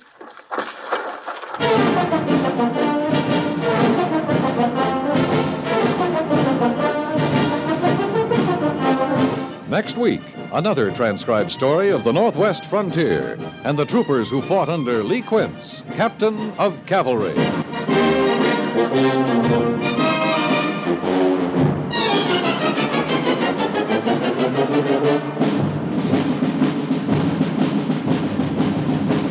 For the younger members of the family, this is an ideal time of year. School's out and they have plenty of time to play and be with their friends. Perhaps it's not quite so easy for us grown-ups who are thinking ahead to the time when our children will be ready for college, wondering whether we'll be ready with enough money to pay their tuition. Instead of fretting, sign up with a payroll savings plan where you work. Start buying those safe, profitable United States savings bonds regularly. Start now to invest in your future security and in the security of your country.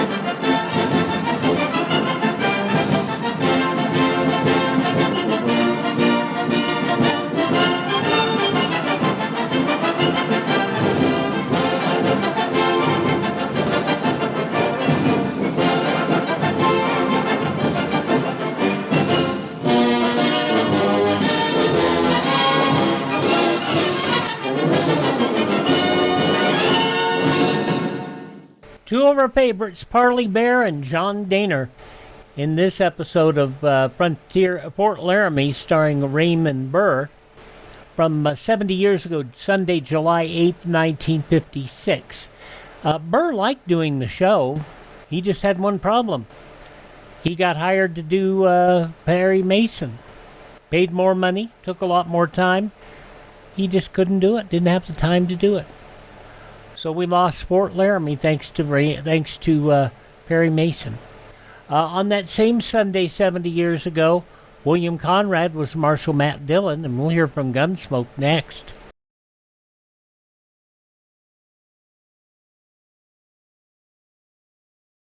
Columbia Pictures presents Dean Martin as Matt Helm in The Silencers. It's really an action picture. All kinds of secret weapons, bombs, explosions. And wait till you see all the gorgeous girls in this picture. And I get to kiss them all. Like Stella Stevens, she's something special. First time I kissed her, melted 3 fillings. And wait till you see the dresses the girls almost wear. In one scene, 3 people were knifed and 2 people were mugged, and they weren't even in the picture. They were in the audience. This picture's got everything.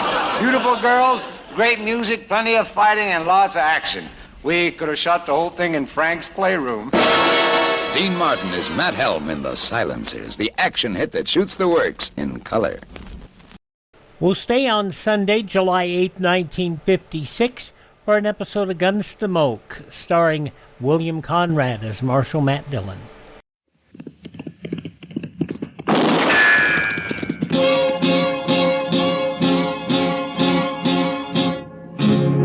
Gunsmoke, brought to you by Chesterfield.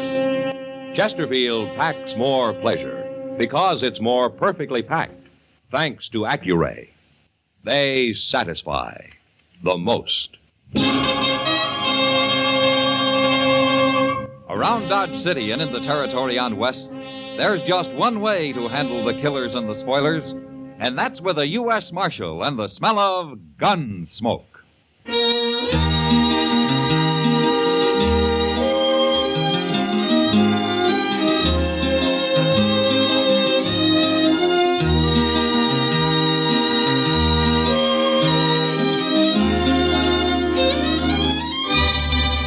Gunsmoke, starring William Conrad. The transcribed story of the violence that moved west with young America. And the story of a man who moved with it. I'm that man, Matt Dillon, United States Marshal. The first man they look for and the last they want to meet. It's a chancy job, and it makes a man watchful and a little lonely.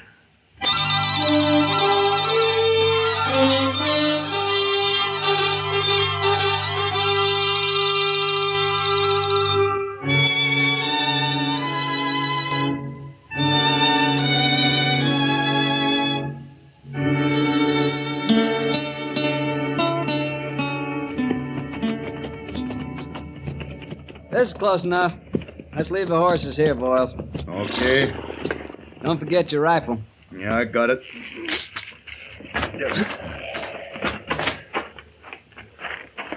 That's him over by the corral. Looks like he's alone, all right. He's alone. Who else could stand being around them stinking sheep? Must be something awful wrong with a man like that, Kel. There is. We're gonna set it right. Watch him now. I don't see he's wearing a gun. Probably got one hid out nearby.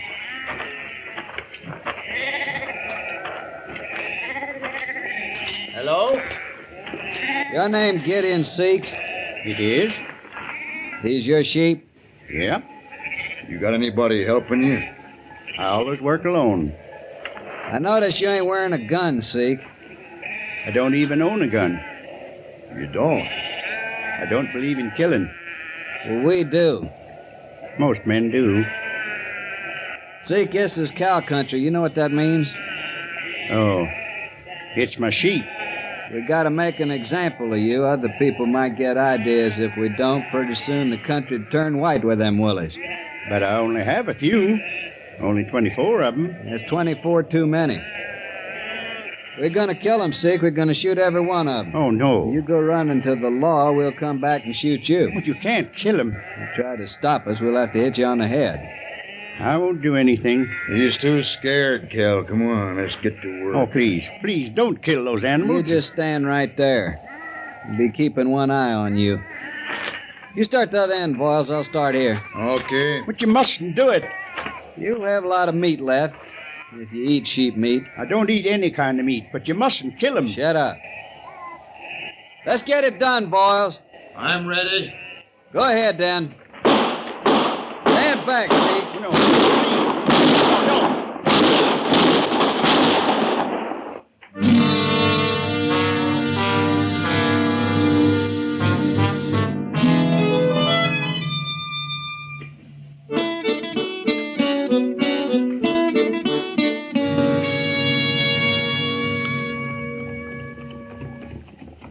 Now, Matt, you sure Chester's gonna bring my mail back to you? Well, he said he would. But where is he? The Santa Fe pulled in 2 hours ago. Well, they have to sort it, don't they? What are you so anxious about, anyway? You expecting a lot of money or something? I could use a little money. Oh, and there's a man who owes me $20. Oh. Gideon Seek. He's just getting off his wagon there. Well, Gideon's an honest man. He'll pay you. Oh, I know that. I'm not worried about him. Good morning, Doc. Well, Marshal. Morning, Gideon. How are you? Doc, I got bad news for you. Oh? I'd meant to bring in some sheep today, and I was going to pay you when I sold them. Oh, well, I can wait, Gideon. Well, I'm afraid it'll be a long time now, Doc. Oh, that's all right. Something happened, Gideon? I lost my sheep, Marshal. You lost them? I'm going to get some more as soon as I can, and I'll pay you, Doc.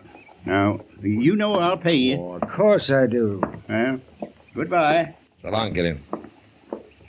Oh, he's a strange one. Yeah, he is. But how could a man lose all his sheep, man?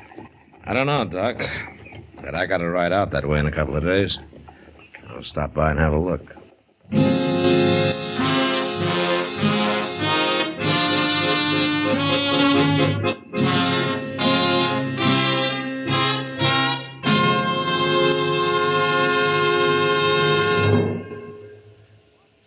That whistling man, Bobby Haggart, really started something.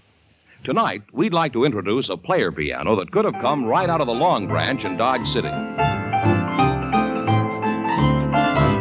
Packs more pleasure, packs more pleasure. Chesterfield packs more pleasure because Chesterfield's more perfectly packed. It stands to reason a cigarette made better and packed better, smokes better, tastes better. And Chesterfield is more perfectly packed by Accuray. This electronic miracle removes human error in cigarette manufacture. So Accuray Chesterfield is firm and pleasing to the lips, mild yet deeply satisfying. Yes, Chesterfield gives you something no other cigarette can give you. Chesterfield packs more pleasure because Chesterfield's more perfectly packed. To the touch, to the taste, Chesterfield packs more pleasure because it's more perfectly packed.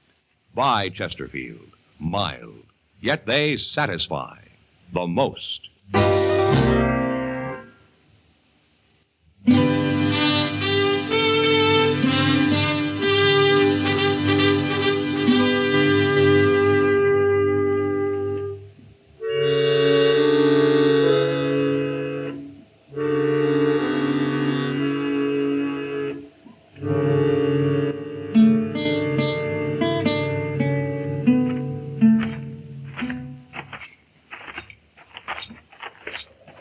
Well, I don't see old Gideon nowhere's around, Mr. Jones. He's probably in the shed, Chester.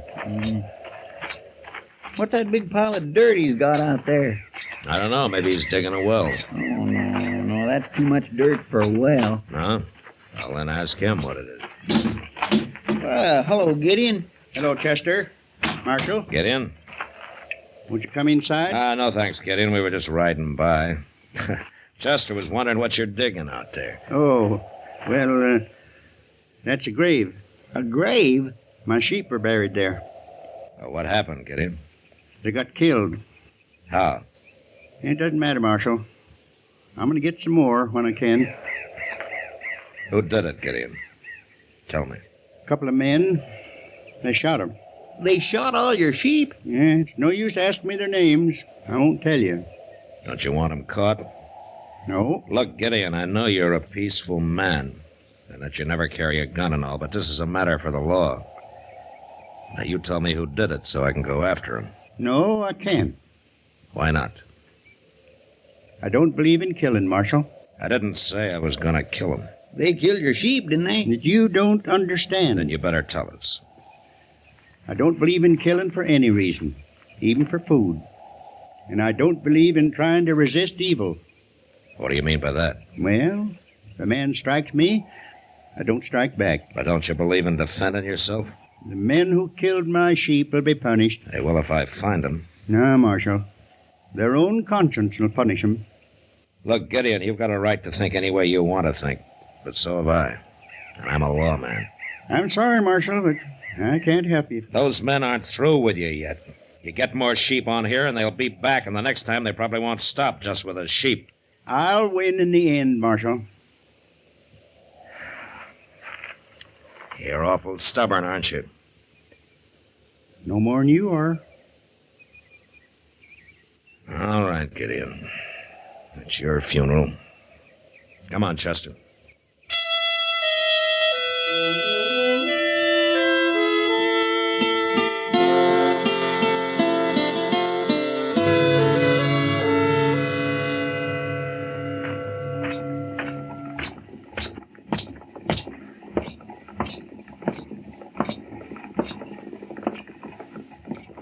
Hello, Kitty.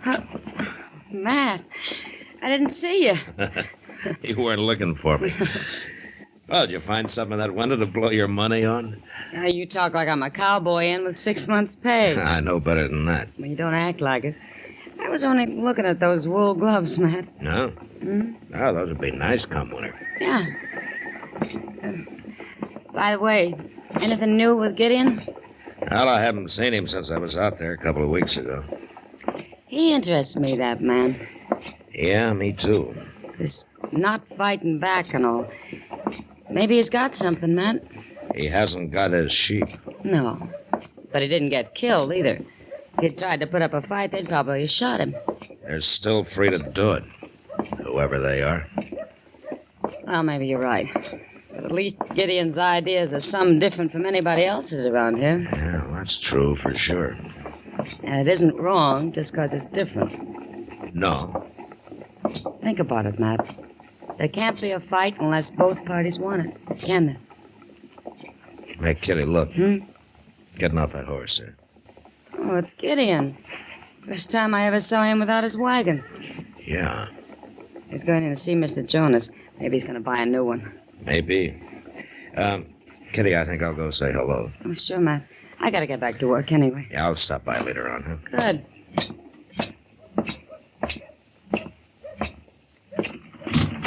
It's asking a lot of you to trust me, Mr. Jonas. Things going the way they are. There ain't many men I'd trust, Gideon, but you're one of them. Oh, hello, Marshal. Mr. Jonas, how are you, Gideon? Hello, Marshal. You hear what happened, Marshal? Have you told him yet, Gideon? Oh, it's not important. Not important. His house burned down, that's all. Oh? And his wagon along with it. I'm going to rebuild. Mr. Jonas told me yesterday that he's going to put me on the books for enough material to get started. Well, that's mighty good of him. Oh, glad to do it. Hard-working, honest fellow like Gideon. Must have been a pretty big fire, Gideon. Yes, it was. I mean, to burn your wagon up, too. I got an old wagon out back he can use. You wait here now. I'll go see just how much material I got on hand. Well, Gideon? Well, what, Marshal? So they came back and burned your house down, huh? All right, they did. But I'm still not going to tell you who they are. They must want you out pretty bad, Gideon. But I'm staying. They'll kill you next. It's no use arguing, Marshal. Hell, it beats me. I don't know what to do. Well, just don't do anything, Marshal. Like you, huh? They can't win. They're doing pretty well so far, Gideon. Now, I can't beat it out of you, but I sure hate to stand by and watch a man let himself be destroyed. I guess we'll never understand each other, Marshal. No, I guess not.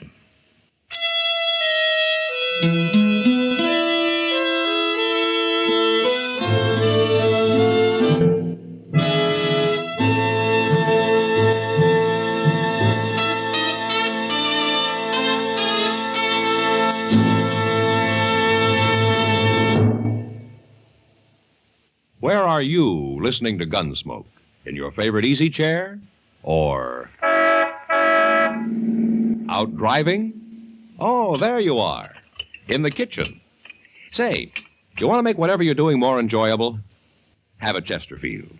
Enjoy Chesterfield's better taste and mildness. It stands to reason a cigarette made better and packed better, smokes better, tastes better. And Chesterfield is more perfectly packed by Accuray. This electronic miracle removes human error in cigarette manufacture. So Accuray Chesterfield is firm and pleasing to the lips, mild yet deeply satisfying. Yes, Chesterfield gives you something no other cigarette can give you. Chesterfield packs more pleasure because Chesterfield's more perfectly packed. To the touch, to the taste, Chesterfield packs more pleasure because it's more perfectly packed. By Chesterfield, mild, yet they satisfy the most.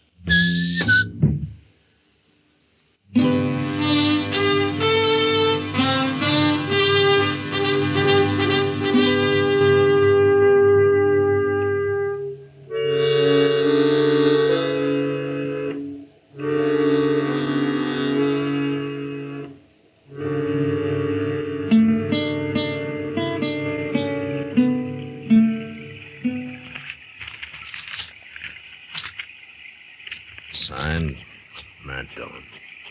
Mr. Dillon? Yeah, Chester. You better come outside. Oh, what's the matter? Well, there's a wagon out there and Gideon Seek's in it. He must be hurt bad. What?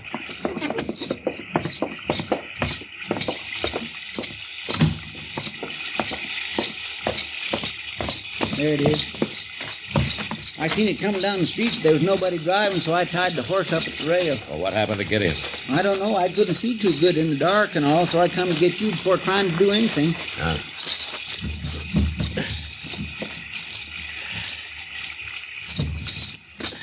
He's been shot, Chester. He's still alive? Yeah, but we better get him up to Doc's. Come on, give me a hand here. All right? Do you think we can ride out and find where it happened? Maybe track him down? What, at night in the rain? Well, maybe now he'll tell us who done it. I doubt it, even if he lives. He sure does make it hard for the law, doesn't he? Yeah, he sure does.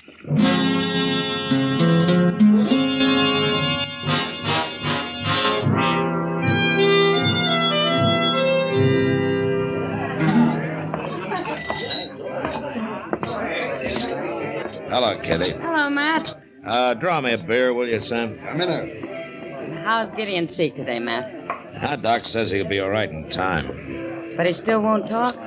Oh, he talks all right. I just don't understand him, that's all. Well, I guess you're just gonna have to let him have his way, Matt. Here's your beer, Mark. Oh, thanks, Sam. Bartender, bring me another bottle, will you? Oh, another bottle. He sure needs that.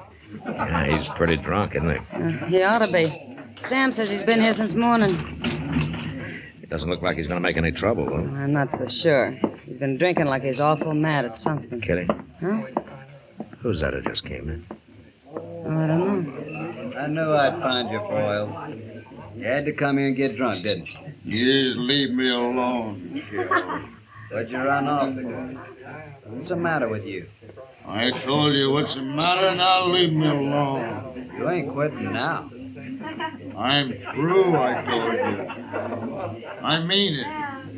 I can't stand it no more. I start something, I finish it, and I told you this morning I heard it ain't finished yet. I don't even like to be around you, Kel. You make me ashamed of myself. You listen. My horse is down the street on my time next to yours, and then I'm coming back here for you. And you're going with me if I have to carry you. What do you suppose that's all about, Matt? I don't know. But I think I'll find out. Yeah. Excuse me, Kitty.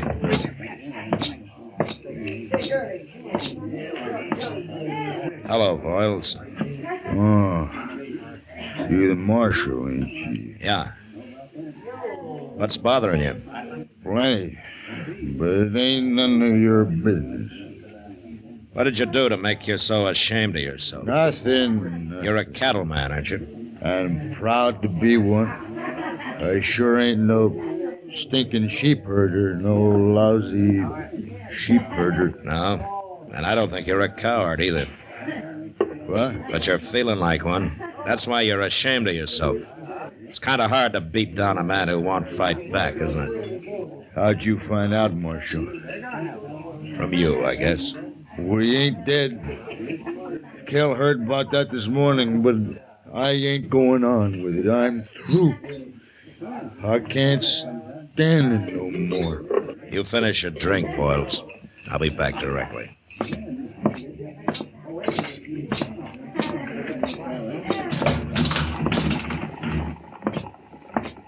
Well, where are you going, Mr. Dillon? Wait right here, Chester. I may need you. Yes, sir.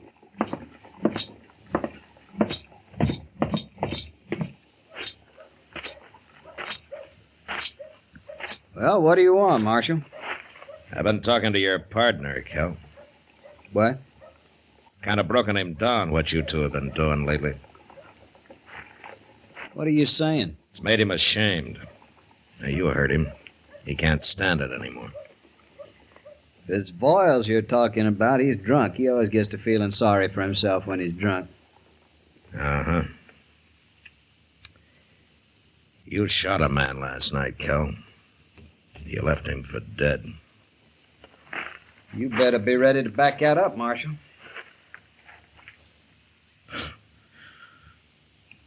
I'm ready.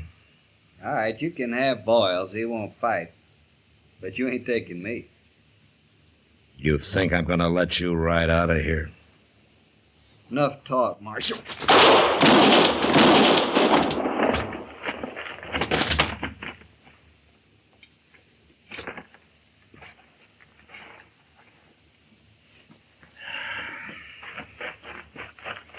Is he dead, Mr. Dillon? He's dead, Chester. But what happened? Who is he? There's a man at the bar of the Long Branch. His name's Voiles. He's drunk. Go lock him up. Voiles? Who's he? It's like Gideon said, Chester. Voiles punished himself. And he was wrong about Kel here. I had to do that.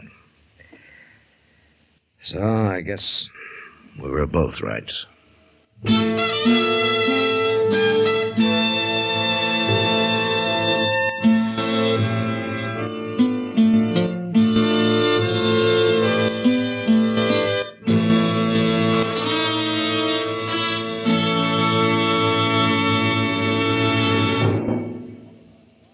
In a moment, our star, William Conrad. Chesterfield packs more pleasure because Chesterfield's more perfectly packed. A cigarette made better and packed better, smokes better, tastes better. And Chesterfield is more perfectly packed by Accuray. This electronic miracle removes human error in cigarette manufacture. So Accuray Chesterfield is firm and pleasing to the lips. Chesterfield, mild, yet they satisfy the most. You know, when frontier settlers cleared their land, they left the brush piled around their place and earned the name Nester, because from a distance it looked like a big old bird's nest. Well, next week, a nester causes trouble when he won't leave his land. And that was the West. Good night. Gunsmoke. Produced and directed by Norman MacDonald, stars William Conrad as Matt Dillon, U.S. Marshal. Our story was specially written for Gunsmoke by John Meston, with music composed and conducted by Rex Corey. Sound patterns by Tom Hanley and Bill James. Featured in the cast were Ralph Moody, John Daner, Harry Bartell, and Jack Moyles. Parley Bear is Chester, Howard McNear is Doc, and Georgia Ellis is Kitty.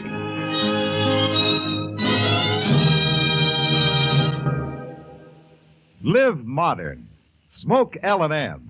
Live modern. Change to L&M. Live modern. Smoke L&M. Only with L&M can you enjoy the full, exciting flavor of today's finest tobaccos. No other cigarette, plain or filter, gives you the full, exciting flavor you get through the pure white Miracle Tip. So light up, free up, let your taste come alive. Live modern. Smoke L&M.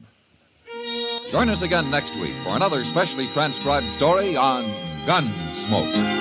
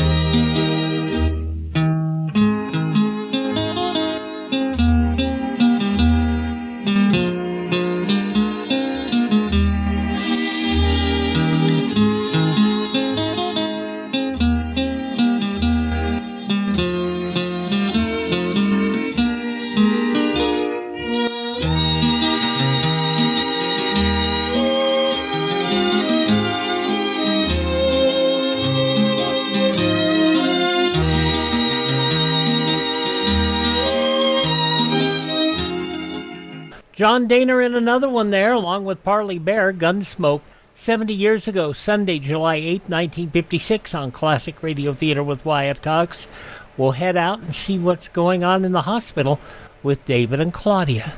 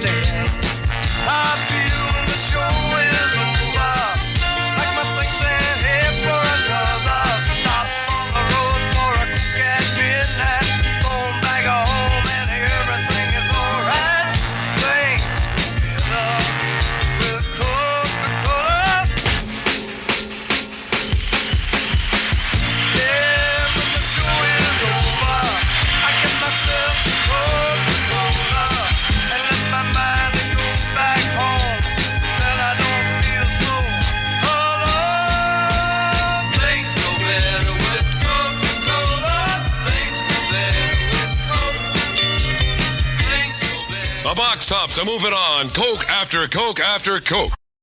Now let's check in with David and Claudia as Claudia continues to recover.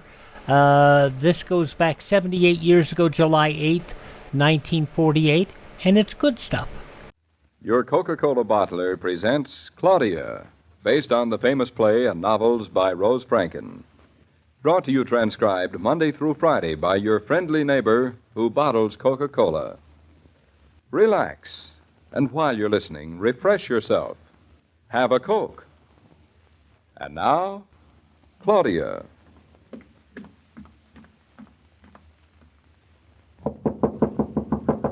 Come in, David. Well, how'd you know it was me? It was I. Such grammar. Well, blow me down. Congratulations. How'd you know it was I? I just know. David, the most wonderful news. Just one moment. Hello, Mama. You finally noticed me, did you? Oh, I noticed you the minute I walked in the door, Mrs. Brown. How could I help noticing you? But my breath was so taken away by the beauty of your appearance, I couldn't even say hello. Words, words, words. And every one of them was meant, Grandma. No respect. That's what I get for being so friendly with my son-in-law. No respect. Say, why are you so dressed up today, all lacy and pink? Not for you. No? Thank you. I'm expecting company today. No? Who? Curious. All right. I'll tell you.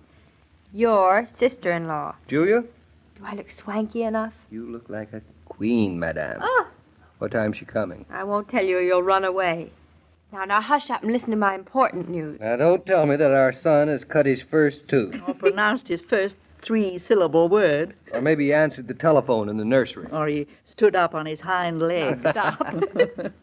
Grandma, before we're here, perhaps you'd better sit down, right? David, your arm. Very funny.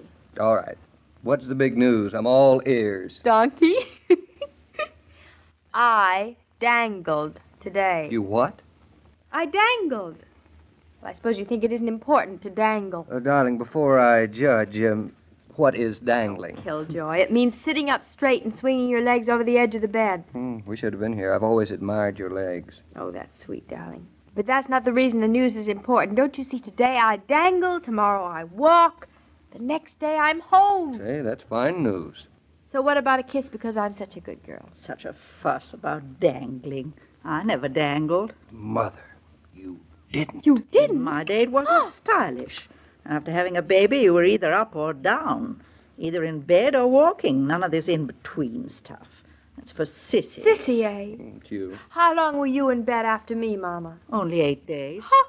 I'll be home in only 7. That is different. What's so different about it? I had you. You didn't have me.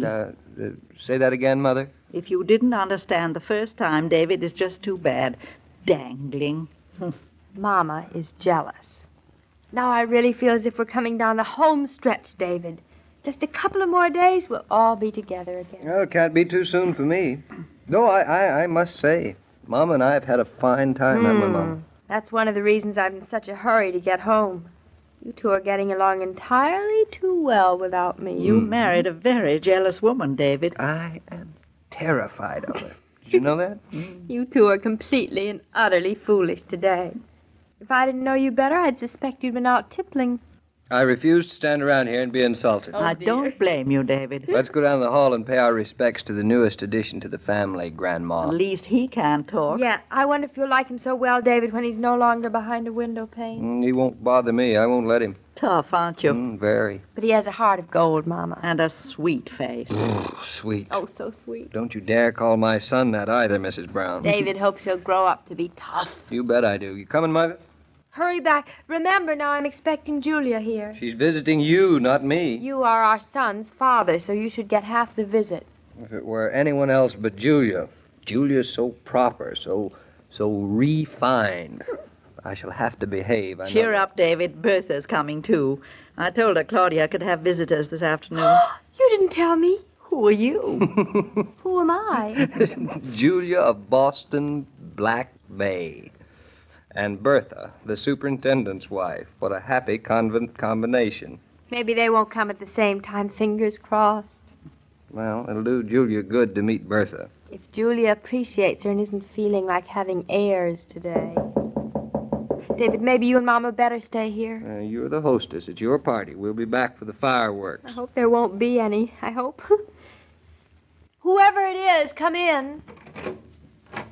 Mrs. Norton, I'm so glad to see you. Bertha, what a wonderful surprise. The whole family, it is here.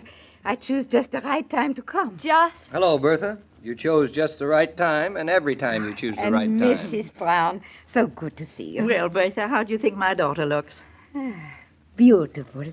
Like a little girl she looks. I am supposed to look like a mother, Bertha. Not at all. You look old enough only to be Mrs. Brown's daughter. But it is so good to see you. How's Fritz? He wanted to come, too, but I tell him not today. This is not right. You should not be crowded with people. One person at a time. One person at a time's a good idea. I'll tell Julia. David, now hush up. Bertha, what do you think I'm going to get out of bed tomorrow? Yeah? So soon? So soon? I thought the day would never come. Why is it? Is everybody trying to keep me in bed forever? Peace. It's wonderful. Then everything, it went fine? Oh, it was a cinch. Oh, Bertha, we've been so lucky. Yeah. But it is right. that sometimes the nice people are lucky, too. Bertha, if you don't mind, Mrs. Brown and I are going down the hall to say hello to a certain baby that we're interested in. Have you seen him? After Mrs. Norton. Then I have time. He's not bad looking for Claudia's son. And yours. Come along, David. And Bertha, please stay here until we get back. I'll keep her here. But, David, hurry up. Remember Julia? Good luck, darling. After you, old mother of mine. Oh, Bertha, if you could teach these children some manners, I'd be so grateful. David is just like Mama's son, isn't he? Yeah, because Mrs. Brown is so much a mother. I hope I'll be able to be like her. You will. And with Mr. Norton to help you, your baby will be a fine man. Between Mama and David, I'll manage. You can't miss the baby, Bertha. He's second from the left. Oh, you'd know him anyway. He's the one with the funniest expression on his face. Then I know him right off. Mrs. Norton, I cannot stay for long, so I tell you now, I bring the baby a little something. Bertha, now you're already spoiling him. I did not buy it. We could not get something beautiful enough with our money for you, so I crochet a little blue jacket. I don't think the baby will get anything else he'll like as well. Here you are. I'm almost embarrassed to give you.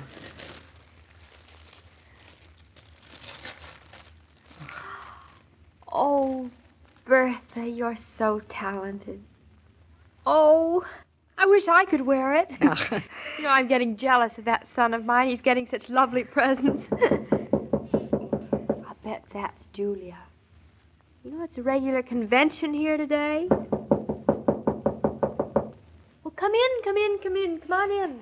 I go. Now, nonsense, Bertha. You just stay. It's only me, Claudia. Only you. Julia, I'm delighted you came. I didn't want to come too soon. Are you sure today's all right? Today is perfect. Julia, I'd like you to meet Bertha. This is my sister-in-law, Mrs. Hartley Norton. I'm so glad to meet you. The pleasure's mine, Bertha. Well, my lamb, you're looking very chipper. I feel very chipper. I came so soon, only 3 days, and look at you. I'll be out of bed tomorrow. Now, don't hurry things. For heaven's sake, be careful. I will be. I think a few days in a hospital can be very pleasant. You certainly have done very well with flowers. Look at that big basket of fruit. Nancy Riddle sent it to me. She always sends fruit. For births, sailings, New Year's Eve, funerals. Nancy always sends fruit. Well, Bertha, don't you think the patient looks well? Mrs. Norton is not a patient. She is now more like a guest at her own party. That's exactly how I feel. In Europe, when a woman had a baby, in the little village where I was born, there was always a party in the house. And the new mother, she was the very special guest. What a lovely idea. Yeah, with music and wine. Every child born a king. I'm afraid the friends I've visited in hospitals wouldn't quite fall into the spirit of that. Really? For heaven's sakes, why? There's nothing I like better than a good party. Well, you're very special, Lamb. Nothing seems to bother you at all. That child does not let anything bother her at all. You flatter me. No, I think maybe Bertha's right. Darling, here, unload me. There's some perfume and a bed jacket for you. Perfume? From Paris. Oh, it must smell wonderful. I hope there's an occasion soon for me to wear it. Wear it now. Now, sitting in bed? Such a waste. And look at this chiffon bed jacket. Honestly, I'm tempted to spend another week here. Oh, it isn't anything. My real present's for the baby. You'll find a perambulator and a carriage blanket set when you get back. I had it sent. Should I have had it sent up to the farm? No, it's perfect. The baby can sleep in it when we're at Mama's. Julia, you're so extravagant. This heavenly perfume. David won't know me in it. Bed jacket and the perambulator. I ought to have a baby every week. I think you've done just about enough for the present. I hope you're not going to tie yourself down with an enormous family. You're much too young. This is just the beginning. You're going to be an aunt lots of times. Well, think it over, Claudia. I don't have to. Well, Bertha's promised to crochet me a little coat for each of my children. Now, that's an incentive, isn't it? Oh, Liebchen, you make fun. No, I don't, Bertha. Look, Julia, isn't it lovely? Well, you made this, Bertha? It is nothing. Where I come from, crocheting is learned by little babies. Before I was 12, I make myself a bedspread.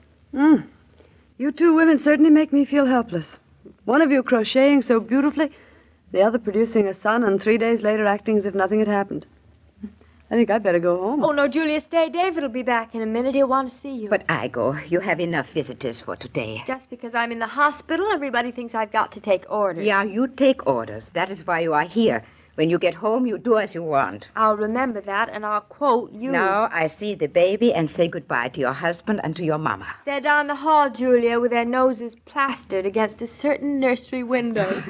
And remember, anything you want or need, just call me up. Fritz and I will do anything we can. I'll call you, Bertha. But only because I want to thank you for everything. Goodbye, Bertha. Well, goodbye. I go now and see the baby. Sweet wishes, Mrs. Norton. Thank you. What a charming woman. Yes, isn't she? And perfect manners. Real dignity about her. She was born with it. Bertha's an aristocrat inside. That's the only real kind, I guess. You know, it's one of the nicest things about my marriage, Julia. What is, Lamb? You. Because I'm related to such a nice relative. Whenever you can't find the young folks, chances are they've stopped at the local fountain to join their friends for Coke. The fountain is their club, and Coke is what they like to drink. So they like to be able to offer it to friends when the crowd drops in at home. It would be fine if all their requests were as easy to grant, for Coke is only 5 cents a bottle today, as it has been right along. Mr. King, have you seen Claudia yet? Well, I'm just about to drop in and pay my respects. That child is really astounding. She acts as if nothing had happened. And yet she's well aware of the great gift she's received. Is she? It's difficult to know just what's going on inside Claudia's head. A great deal is, as Dr. Rowland will find out tomorrow. Dr. Rowland? Yes, you see, not every case is as successful as Claudia's, and doctors are human. They blame themselves for losing. Dr. Rowland is the best physician in New York. That's why I recommended him to Claudia. Well, it happens even to the best. But that's for tomorrow. That and Claudia's first walk down the corridor. Which reminds me, I'd better hurry down and call on my first nephew. Goodbye, Mr. King. So long, Mrs. Norton. As I was about to say, every day, Monday through Friday, Claudia comes to you transcribed with the best wishes of your friendly neighbor who bottles Coca-Cola. So listen again tomorrow at the same time. And now this is Joe King saying au revoir. And remember, whoever you are, whatever you do, wherever you may be, when you think of refreshment, think of Coca-Cola. For Coca-Cola makes any pause the pause that refreshes. And ice-cold Coca-Cola is everywhere. This broadcast of Claudia was supervised and directed by William Brown Maloney. 78 years ago, July 8th, 1948, Claudia here on Classic Radio Theater with Wyatt Cox. We'll have more crime tomorrow with Brian Dunleavy, Dangerous Assignment, as he goes to Sicily in search of stolen relief supplies. Jeff Regan, Investigator, with Frank Graham and Frank Nelson. She's lovely, she's engaged, she eats soybeans. Also, Boston Blackie, starring Dick Culmer, and the Skating Rink Murders. And I Was a Communist for the FBI, starring Dana Andrews, and the Dangerous Dollars. And we'll see again what's going on with Claudia. Have yourself a great Wednesday. See you tomorrow for more Classic Radio Theater. I'm Wyatt Cox.